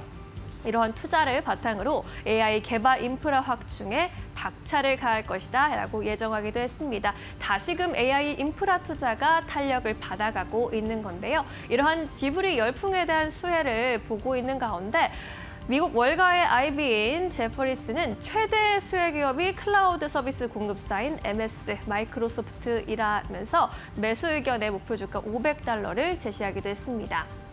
이러한 챗 GPT의 사용자 급증이 오픈 AI의 성장과 클라우드 컴퓨팅 수요 그리고 기업 가치까지 끌어올리면서 마이크로소프트에 긍정적인 영향을 줄 것이라는 분석을 내놨고요. 만약에 샘 올트만의 말대로 오픈 AI의 10만 개 단위의 GPU 용량을 제공할 수 있는 기업이 있다면 연간 10억에서 20억 달러의 매출을 거둘 수 있을 것이다 라고 전망하기도 했습니다. 지브리 스타일만큼 뜨거워질 수 있을 만한 주가 흐름 기대해봐도 좋을 것 같고요. 국내 AI 관련주에도 훈풍이 전해질지 앞으로의 흐름 주시해보시죠. 지금까지 마켓무버였습니다. 네, 이어서 오늘 시장에서 핫한 기업들 하나하나 살펴보도록 하겠습니다. 가장 첫 번째 기업으로는 현대 글로비스 만나보도록 하겠습니다. 오늘은 1%대 하락세. 요 기업은 사실 좀 고민하시는 분들 많을 것 같아요. 보니까는 이게 2025년 1월에 15만 원대 찍었다가 지금 11만 원대가 내려왔고 관세 이슈도 있고요. 네. 근데 자동차가 좀 어려운 것 같아요. 이게 진짜 어느 정도로 타격을 받을까? 근데 지금 보면은 미국에 투자하는 거 보면은 현대차 기업 오히려 이거 호재 아니야? 라는 네. 생각도 들고 어떻게 보세요? 현대 자동- 글로비스만 예. 가지고 오신 이유가 있을 것 같은데. 네, 자동차 어렵죠. 실적이 잘 나오도 안 올라가고. 일단 현대 글로비스의 지금 말씀해 주신 이제 1월 달에 고가에서 지금까지 떨어진 구간에서 관세 우려로 떨어진 게 어느 정도 영향을 미쳤는지는 사실 저는 잘 판단하기 힘들긴 합니다만은 관세 때문에 떨어진 부분이 있다라고 하면은 사실 그 반등을 할 수도 있는 여건들이 좀 있어서 한번 설명 좀 드려보도록 하겠습니다. 우리가 현대 글로비스가 관세 때문에 영향을 받는다라고 하는 것은 뭐 어떤 의미일까요? 현대자동차의 일단 대미 수출이 줄어드니까 그걸 운반을 하는 현대 글로비스의 어떤 물동량이 좀 떨어질 것이다. 그렇기 때문에 매출도 떨어지고 그 다음에 미국에서 자동차 생산을 더 많이 하면은 뭐 자동차 판매 대수는 유지가 되더라도 한국에서 갖고 가는 물량이 적어지니까 그걸 운반하는 현대 글로비스는 나빠질 것이다. 요게 이제 지금 지금까지 시장의 어떤 판단이었다라고 하면 실질적으로는 그렇진 않거든요. 근데 그 부분을 좀 약간 디테일하게 말씀을 드리면 이제 현대 글로비스가 이제 완성차를 나르는 배가 있잖아요. PCTC라고 보통 얘기를 하는데 퓨어카 트럭 캐리어라고 해서 자동차만 싣고 다니는 배가 있잖아요. 그거에 대한 매출은 실질적으로 한 전체 매출의 14%밖에 안 되고 가장 큰 매출이 어디냐면 현대 자동차가 미국에서 혹은 해외에서 생산을 할 때 그 부품들을 날라다 주는 우리가 보통 CKD라고 얘기를 하는 부품을 날라주는 건 SKD라고 얘기를 하고 이제 어느 정도 반 정도 완성된 자동차 상태로 날라서 그걸 이제 현지에서 완성 조립을 하는 게 이제 CKD라고 하는데 그 CKD가 지금 전체 매출의 40%가 넘거든요. 만약에 과거에도 그 현대 자동차가 해외 진출을 해서 현지 생산을 늘리는 과정에서 그런 글로비스가 매출이 줄어들어야 되는데 오히려 현대 기아 자동차의 해외 현지 생산이 늘어날수록 그 현대 글로비스의 매출이 더 늘어났거든요. 제가 지금 말씀드린 바로 CKD와 관련된 부분이고 그다음에 현지에서 또 각 딜러사들로 날리는 것도 현대 글로비스가 담당을 하기 때문에 오히려 현대 기아 자동차가 미국에서 이제 생산량을 늘리는 것은 현대 글로비스의 매출 증가의 요인이다라고 이제 생각을 하시면 될 것 같고요. 실질적으로 이제 현대 기아 자동차가 해외 쪽에 생산 대수가 한 18% 그동안 한 4년 동안에 늘어나는 동안 현대 글로비스는 일단 물동량이 뭐 75%까지 CKD 관련해서 늘어났다라는 이제 분석 자료도 있거든요. 그러니까 제가 앞서서 이제 말씀을 드렸듯이 1월 달에 차트 보면서 같이 말씀을 드려보도록 네. 할게요. 일단 1월 달까지는 시세가 굉장히 괜찮았죠. 현대차보다 더 좋다라고 할 정도로 좋았었는데 그 다음에 이제 하락하는 구간에서 여기에서 이제 현대기아 자동차의 현지 생산과 관련돼서 물동량 감소와 관련된 리스크 때문에 떨어졌다라고 하면 이거는 시장이 좀 틀린 거죠. 뭐 현대자동차 하락도 영향도 좀 있었고 시장도 영향이 있었다라고 생각을 하는데. 이제 시장은 이제 이런 식으로 지금 분석하고 판단을 하는 것 같아요. 현대 글로비스는 실질적으로 해외 쪽에 현대 기아 자동차 진출과 같이 성장을 해왔는데 지금 하락은 오히려 좀 약간 넌센스다라고 이제 표현을 하는 것 같습니다. 우리가 흔히 이제 얘기하는 이제 오프쇼링이라고 보통 얘기를 하죠. 공장이 해외로 나가는 거. 이제 현대 글로비스는 한마디로 오프쇼링이 수혜를 받는 기업이지. 어떤 그 오프쇼링의 피해를 받는 기업이 아니거든요. 그러니까 정리를 하면 지금 기관 수급은 이제 3월달 말 정도서부터 이제 매도에서 매수 쪽으로 좀 턴을 했고 외국인들 매도만 좀 약간 잦아들면 될 것 같은데 아직까지는 좀 약간 물량이 좀 남아 있는 듯한 그런 느낌이에요. 현대 글로비스 일단은 미국 현대 기아 자동차 현지 생산 증가는 매출 증가, 영업이익 증가로 늘어날 수밖에 없다. 이렇게 말씀드려보도록 하겠습니다. 네, 알겠습니다. 이어서 두 번째 기업 바로 만나볼게요. 두산 밥캣입니다. 오늘 3% 넘게 급락이 나오고 있고 46,750원대 최근에 이 기업이 보니까는 5만 원대를 넘어서기도 했었는데 두산 밥캣은 어떻게 보면 주주들에게는 좀 애정의 종목일 것 같다라는 생각이 드는 게 사실 두산 내에서 돈 굉장히 잘 버는 기업인데 두산 로보틱스랑 같이 이제 뭐 합병을 하겠다라는 이슈가 말이 나오면서 노이즈가 네. 너무 심했고 그때 아마 마음고생하셨던 분들 많을 것 같아요. 어떻게 보십니까? 네, 또 최근에 두산 에너빌리티가 두산 밥캣 주식을 좀 담보로 또 자금을 좀 융통을 좀 했죠. 돈 잘 버는 기업이 이것밖에 없으니. 네, 맞습니다. 네. 일단 두산밖에 작년 실적은 시장의 기대치에 좀 약간 못 미쳤어요.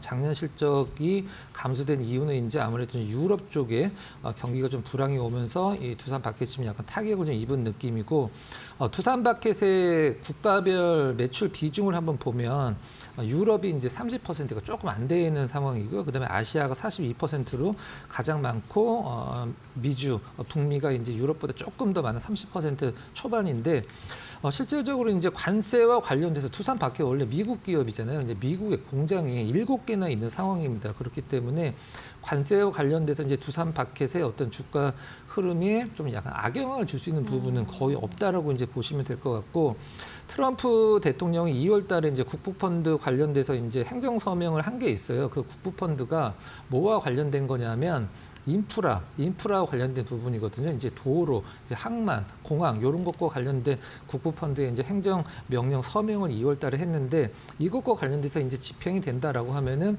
당연히 두산바켓에 어떤 수혜가 있을 수밖에 없는 상황이고 뭐 좀 약간 그 계속 반복되는 얘기긴 합니다만은 러시아 우크라이나 전쟁 테마가 사실 뭐 올라갔다가 이제 좀 약간 소강 상태로 됐다가 다시 올라갔다가 소강 상태로 됐는데 저는 실질적으로 이제 뭐 두산 바켓도 다른 종목군들은 어떤 센티멘탈적인 상승으로 올라가지만 두산 바켓은 실질적으로 실적에 영향을 줄 수 있는 재료라고 생각을 하고 있거든요.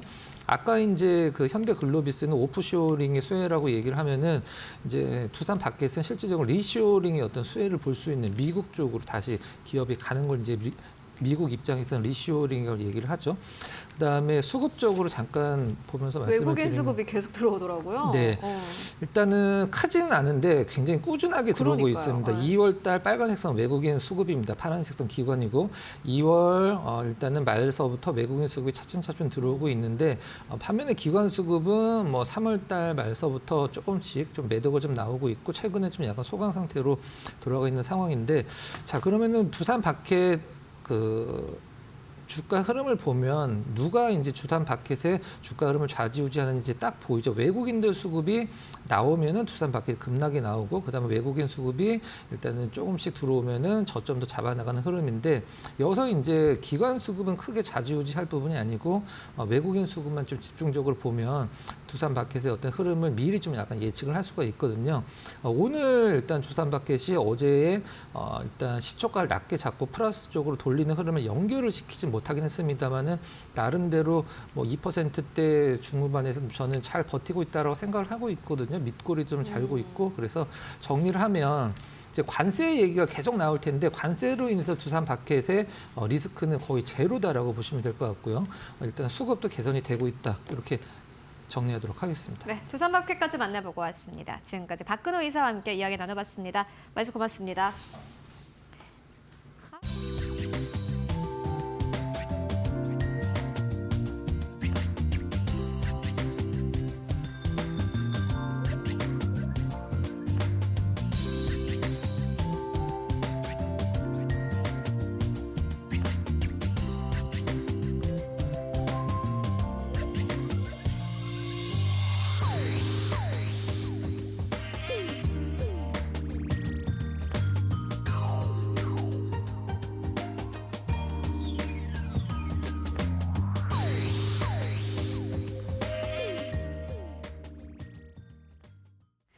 네, 마감 전략 세워보도록 하겠습니다. SK증권 이천 PB센터로 가보도록 하겠습니다. 서영훈 차장 연결되어 있습니다.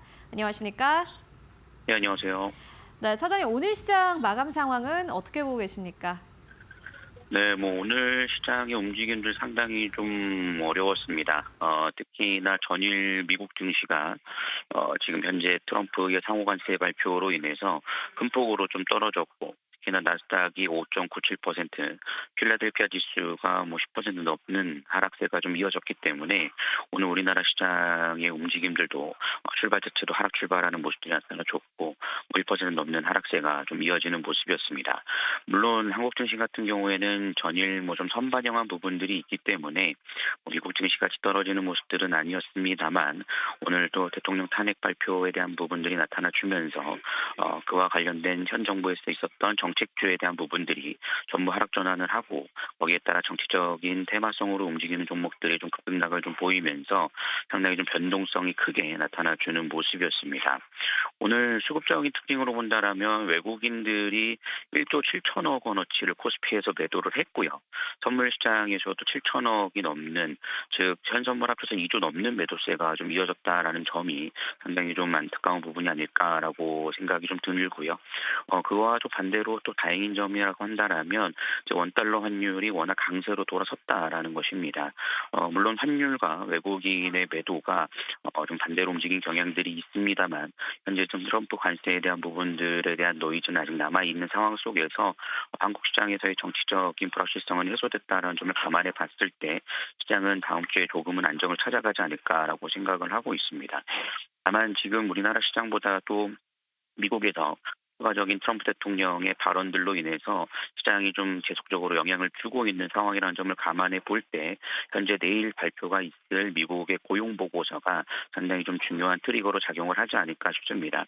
현재 고용 보고서가 상당히 비농업집 지수가 좀 상당히 좀 위축되는 모습들을 보였는데 지금 현재 지난달에 발표된 15만 1,000건을 하회한 13만 7천 건이 발생한다라면 시장에 대한 부분들은 좀 변동성이 좀 더 이어질 수 있다라고 좀 판단이 됩니다.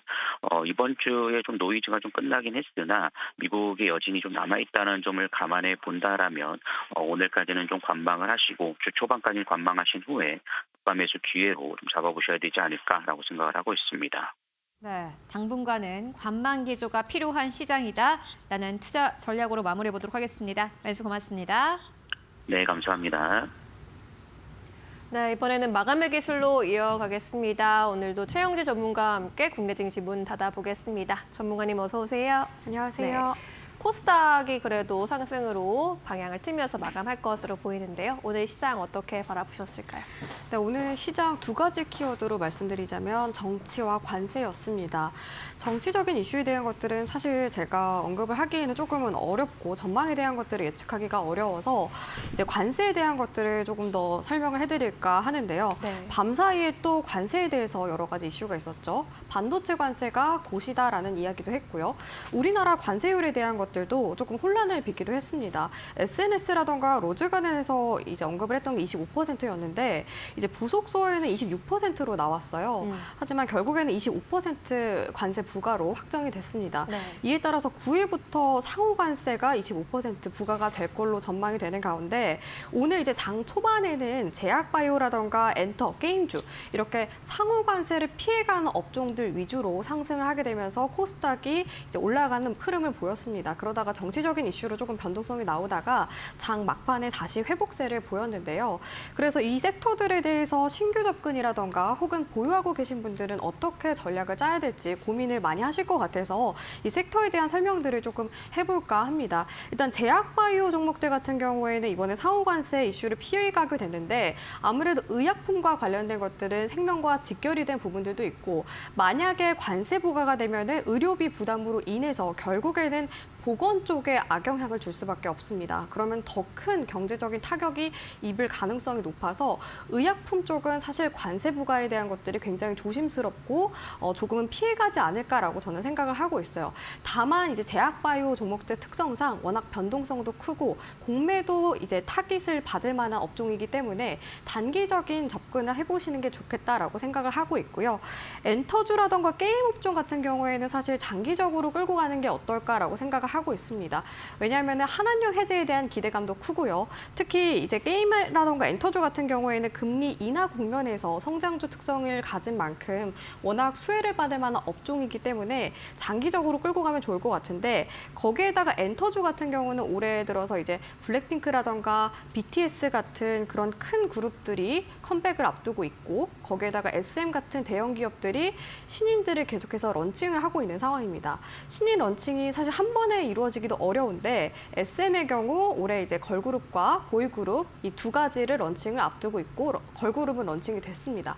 이런 부분들이 수익성으로 이어질 가능성이 높아서 엔터주들도 워낙 모멘텀이 많다라고 바라보고 있고 게임주의 경우 사실 작년에 많이 업황이 좋지는 않았습니다. 아무래도 금리 인상하는 시점에서 성장주들은 당연히 좋지 않겠죠. 대출금리도 워낙 높고 이에 따라서 성장이 많이 둔화가 됐고요. 그런데 게임주의 경우 신작 모멘텀이 올해 많기도 하고 금리 인하 국면에서 더욱더 수혜를 받을 만한 업종이기 때문에 장기적으로 끌고 가는 전략이 어떨까라고 말씀을 드리겠고요. 자동차의 경우 어제 정말 힘들었었죠. 그런데 아직 저는 자동차에 대한 것들은 뭐 신규 접근이라던가 비중 확대에 대한 것들은 조금 신중해야 된다라고 생각을 하고 있습니다. 워낙 이제 지난달 기준으로 봤을 때도 미국 쪽의 자동차 수출이 많이 급감하기도 했고 전기차 캐즘 이슈도 있고요. 그리고 다음 달에 이제 발표가 되는 수출 지표 진로도 명확하게 찍히는 걸 확인하고 나서 그때부터 우리가 비중 확대를 하든 신규 접근을 하든 고민을 해야 된다라고 생각을 하고 있습니다. 왜냐하면 워낙 이 관세 부과에 대한 이슈를 예측하기도 어렵고 안 좋아질 거라는 전망들이 많이 나오고 있기 때문인데요. 그래서 이제 자동차 관련된 종목들을 보유하고 계신 분들이라던가 신규 접근 원하시는 분들은 다음 달에 나오는 수출 데이터까지 꼭 확인하고 나서 그때부터 전략을 짜보시는 게 어떨까 참고하셨으면 좋겠습니다. 네. 네, 관세 관련해서 9일부터 이제 당장 상호 관세가 부과가 들어가는 상황이기 때문에 관세 무풍지대 섹터를 좀 중심적으로 보는 게 좋겠다라는 이야기 해주고 계십니다. 자동차는 계속해서 경계해 볼 필요가 있겠다라는 의견 정리해 볼 수 있겠습니다.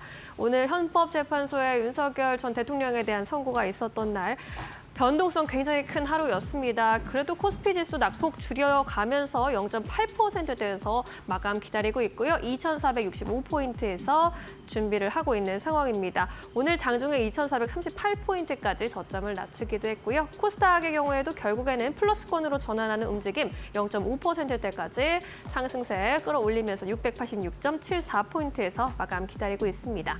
다만 수급이 아직도 좀 아쉽습니다. 코스피에서 외국인들의 이탈이 지속되고 있는 상황, 오늘도 1조 7천억 원의 매도 우위 집계가 되고 있는 상황이고요. 개인과 기관이 매수에 나서주면서 지수 하단을 지지했습니다. 코스닥도 외국인 나홀로 매도 우위가 집계되는 모습입니다. 우리 시장 마감해 보겠습니다.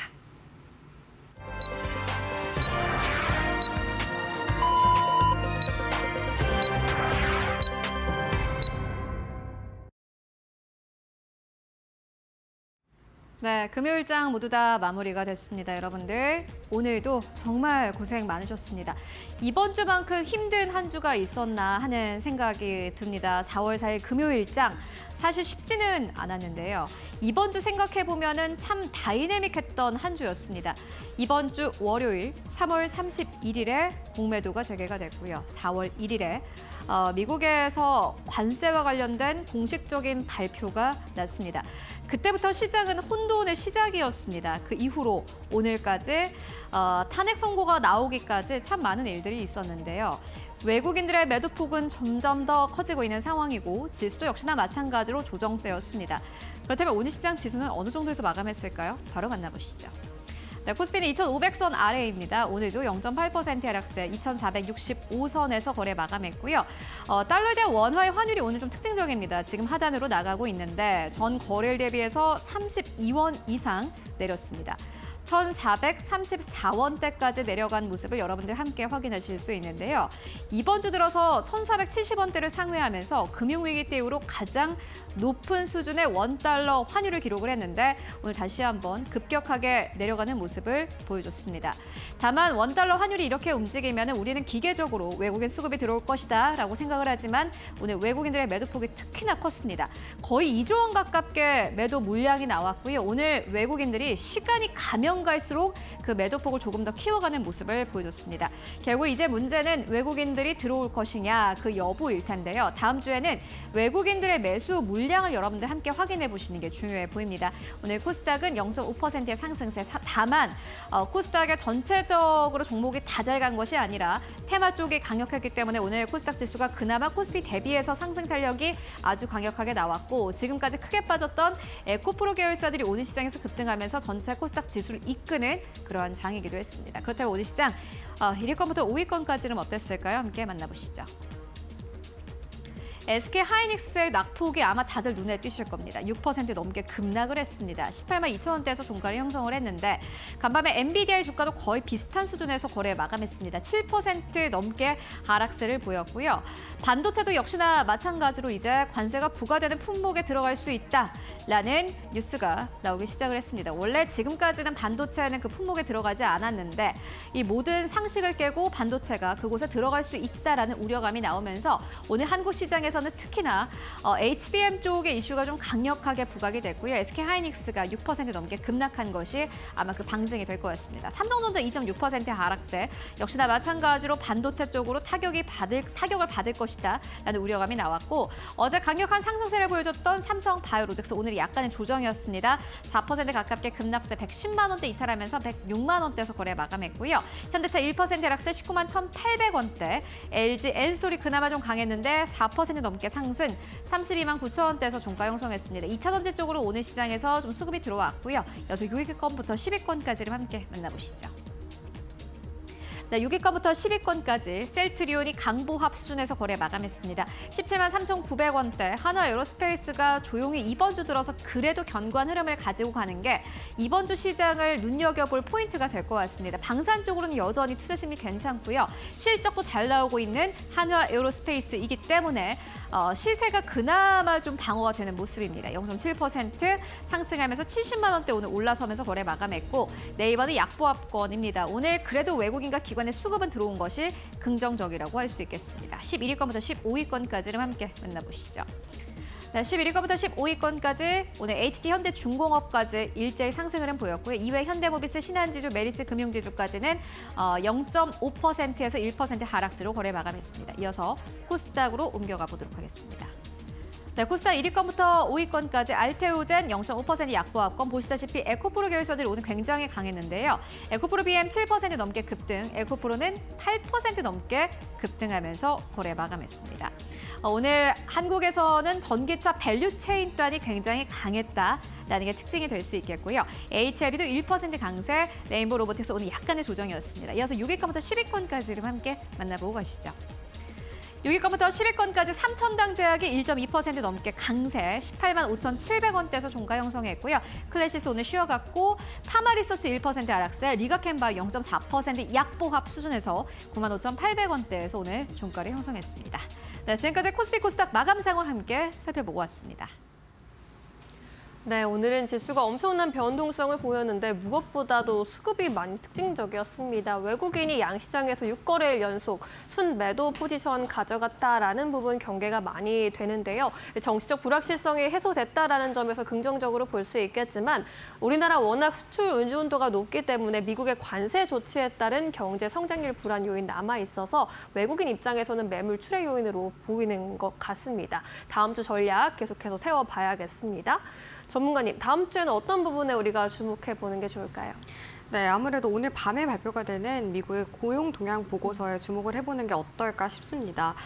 이번에 발표가 되는 지표뿐만 아니라 향후 전망에 대한 것들도 우리가 더 주시를 해야 된다라고 생각을 하고 있는데요. 이번 주만 해도 크고 작은 고용 지표들이 발표가 됐죠. 밤사이도 한 가지가 발표가 됐는데 신규 실업수당 청구 건수가 발표가 됐습니다. 21만 9천 건 증가를 했는데요. 예상치를 하회를 했습니다. 하회했다는 것 자체가 실업자가 그만큼 예상보다 생각보다 많이 늘어나진 않았다라고 볼 수 있습니다. 긍정적이게 나온 건데 여기에서 문제는 계속 실업수당 청구 건수가 크게 늘어났다는 겁니다. 190만 3천 건 증가를 했는데 지난주에 비해서 5만 6천 건이나 증가를 했다는 겁니다.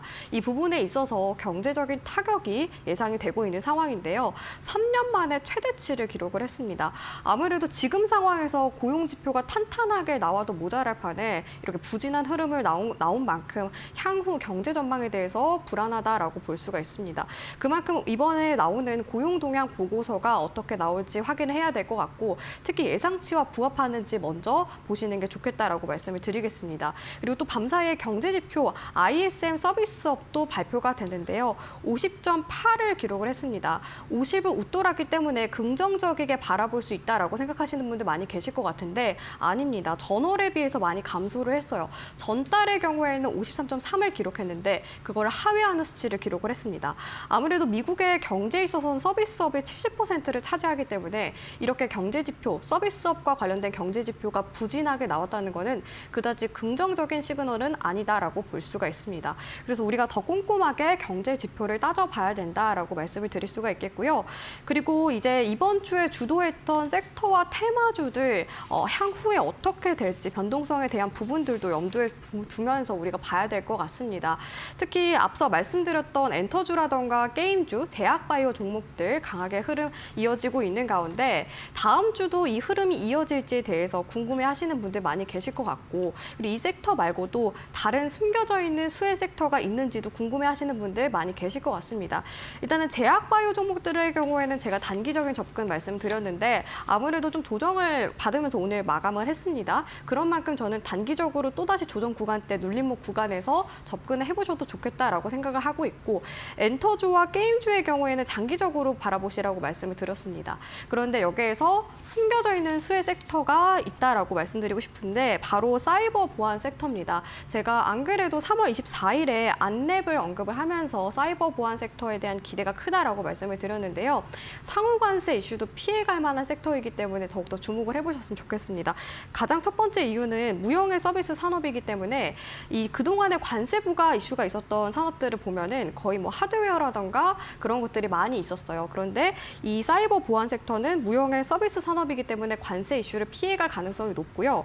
거기에다가 지금 미중 갈등이 심화됨에 따라서 AI 규제 뭐 그런 부분들이 많이 좀 언급이 되고 있는 상황인데 그럴수록 사이버 보안의 중요도가 더 커질 가능성이 높습니다. 특히 미국과 중국의 갈등이 더 심화됨에 따라서 서로의 기술력을 강화시키기 위해서 보안이 더 강화될 가능성이 높아요. 거기에다가 사이버 보안 자체가 이제 수입하고 수출보다는 각국의 규제라던가 보안 환경에 맞춰서 이제 나타나는 서비스업이기 때문에 수출 수입 의존도가 굉장히 낮은 산업이에요. 그런 만큼 이 관세 이슈를 피해갈 가능성이 높은 섹터여서 참고하셨으면 좋을 것 같고요. 안랩의 경우 제가 3월 24일에 언급을 해드렸던 게 96,000원 목표가 제시를 해드렸는데 오늘 돌파하는 흐름 보였습니다. 혹시 보유하고 계신 분들이라면 목표가 또한 참고를 하셔서 전략에 좀 대응을 해 나가셨으면 좋겠습니다. 네.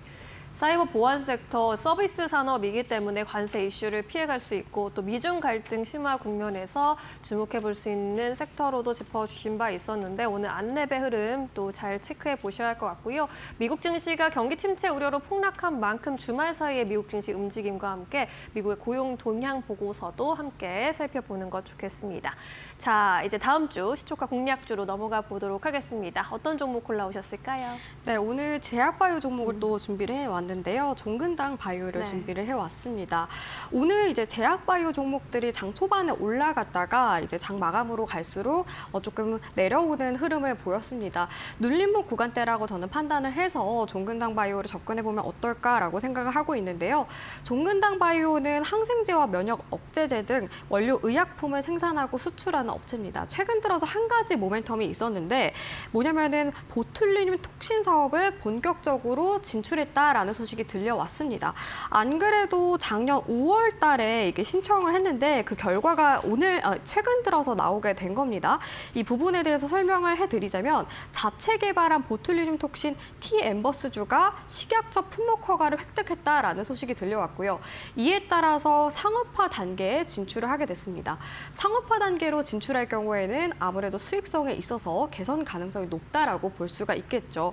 거기에다가 사실 이 보툴리늄 톡신과 관련된 브랜드들이 정말 많이 있는데 메리트가 뭐가 있을까라고 생각하시는 분들 많이 계실 것 같은데 비건 공정이라던가 균주 출처 투명성에 있어서 기술력이 뛰어나다라는 평가를 받고 있습니다. 그런 부분에 있어서 기술력도 뛰어난 만큼 향후 수익성 개선에 도움이 될 거다라고 생각을 하고 있고 중국 시장 쪽으로도 진출을 하고 있어요. 내년 정도에 상업화 가능성이 높아졌는데 아직까지 보툴리늄 톡신과 관련해서 중국 시장에 진출한 기업들이 많이 없어서 그만큼 더 기대감이 커지고 있는 상황입니다. 거기다 중국 시장은 보툴리늄 톡신과 관련된 시장이 워낙 큰 만큼 그런 기대감도 있고요. 두 번째 투자 포인트 말씀을 드리자면 사실 제약바이오 종목들이 임상시험에 따라서 연구개발비가 정말 많이 나옵니다. 그만큼 수익성이 안 좋은 기업들도 많이 있는데 그럴 때일수록 건강기능식품 사업을 하는 기업들이 많이 있어요. 종근당 바이오 또한 건강기능식품 사업도 같이 진행을 하고 있습니다.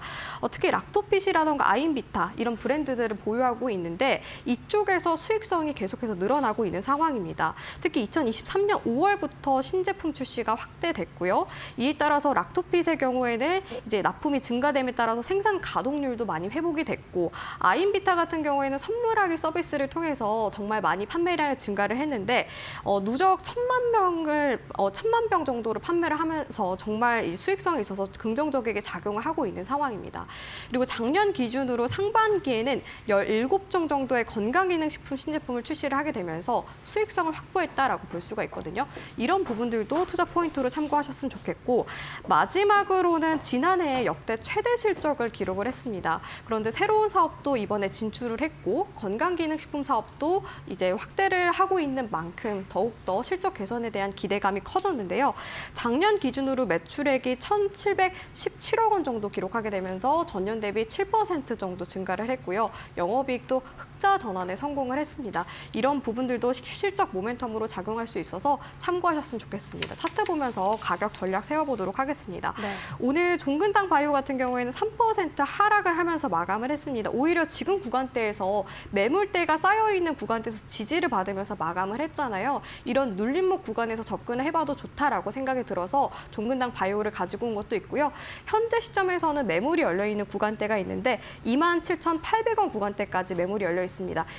이 구간대에서 갭이 만들어진 구간대가 있는 만큼 거래량과 동반을 하게 된다면 시원하게 상승할 가능성이 높아서 목표가는 27,800원으로 제시를 해드리도록 하겠고요. 손절가의 경우에는 이동평균선, 중장기 이동평균선 참고하시면 좋을 것 같은데 초록 색깔 61선 구간대, 이 구간대를 이탈을 하게 되면 매물이 비어있는 구간대가 나옵니다. 그만큼 강하게 조정을 받을 가능성이 높아서 손절가의 경우에는 21,300원으로 제시를 해드리도록 하겠습니다. 네. 종근당 바이오와 함께 살펴봤습니다. 보톡스 판매 이제 가능해졌다라는 소식이 이번 주에 알렸고 건기식 산업도 순항하고 있기 때문에 수익성 개선 요인이 뚜렷하다는 점에서 주목해보자라는 의견이었습니다. 현재 넥스트레이드 마켓에서 23,500원 선에 거래가 되고 있고요. 목표가 27,800원, 손절가 21,300원으로 대응해 보도록 하겠습니다. 전문가님 이제 보내드릴게요. 다음 주에 뵐게요. 고맙습니다.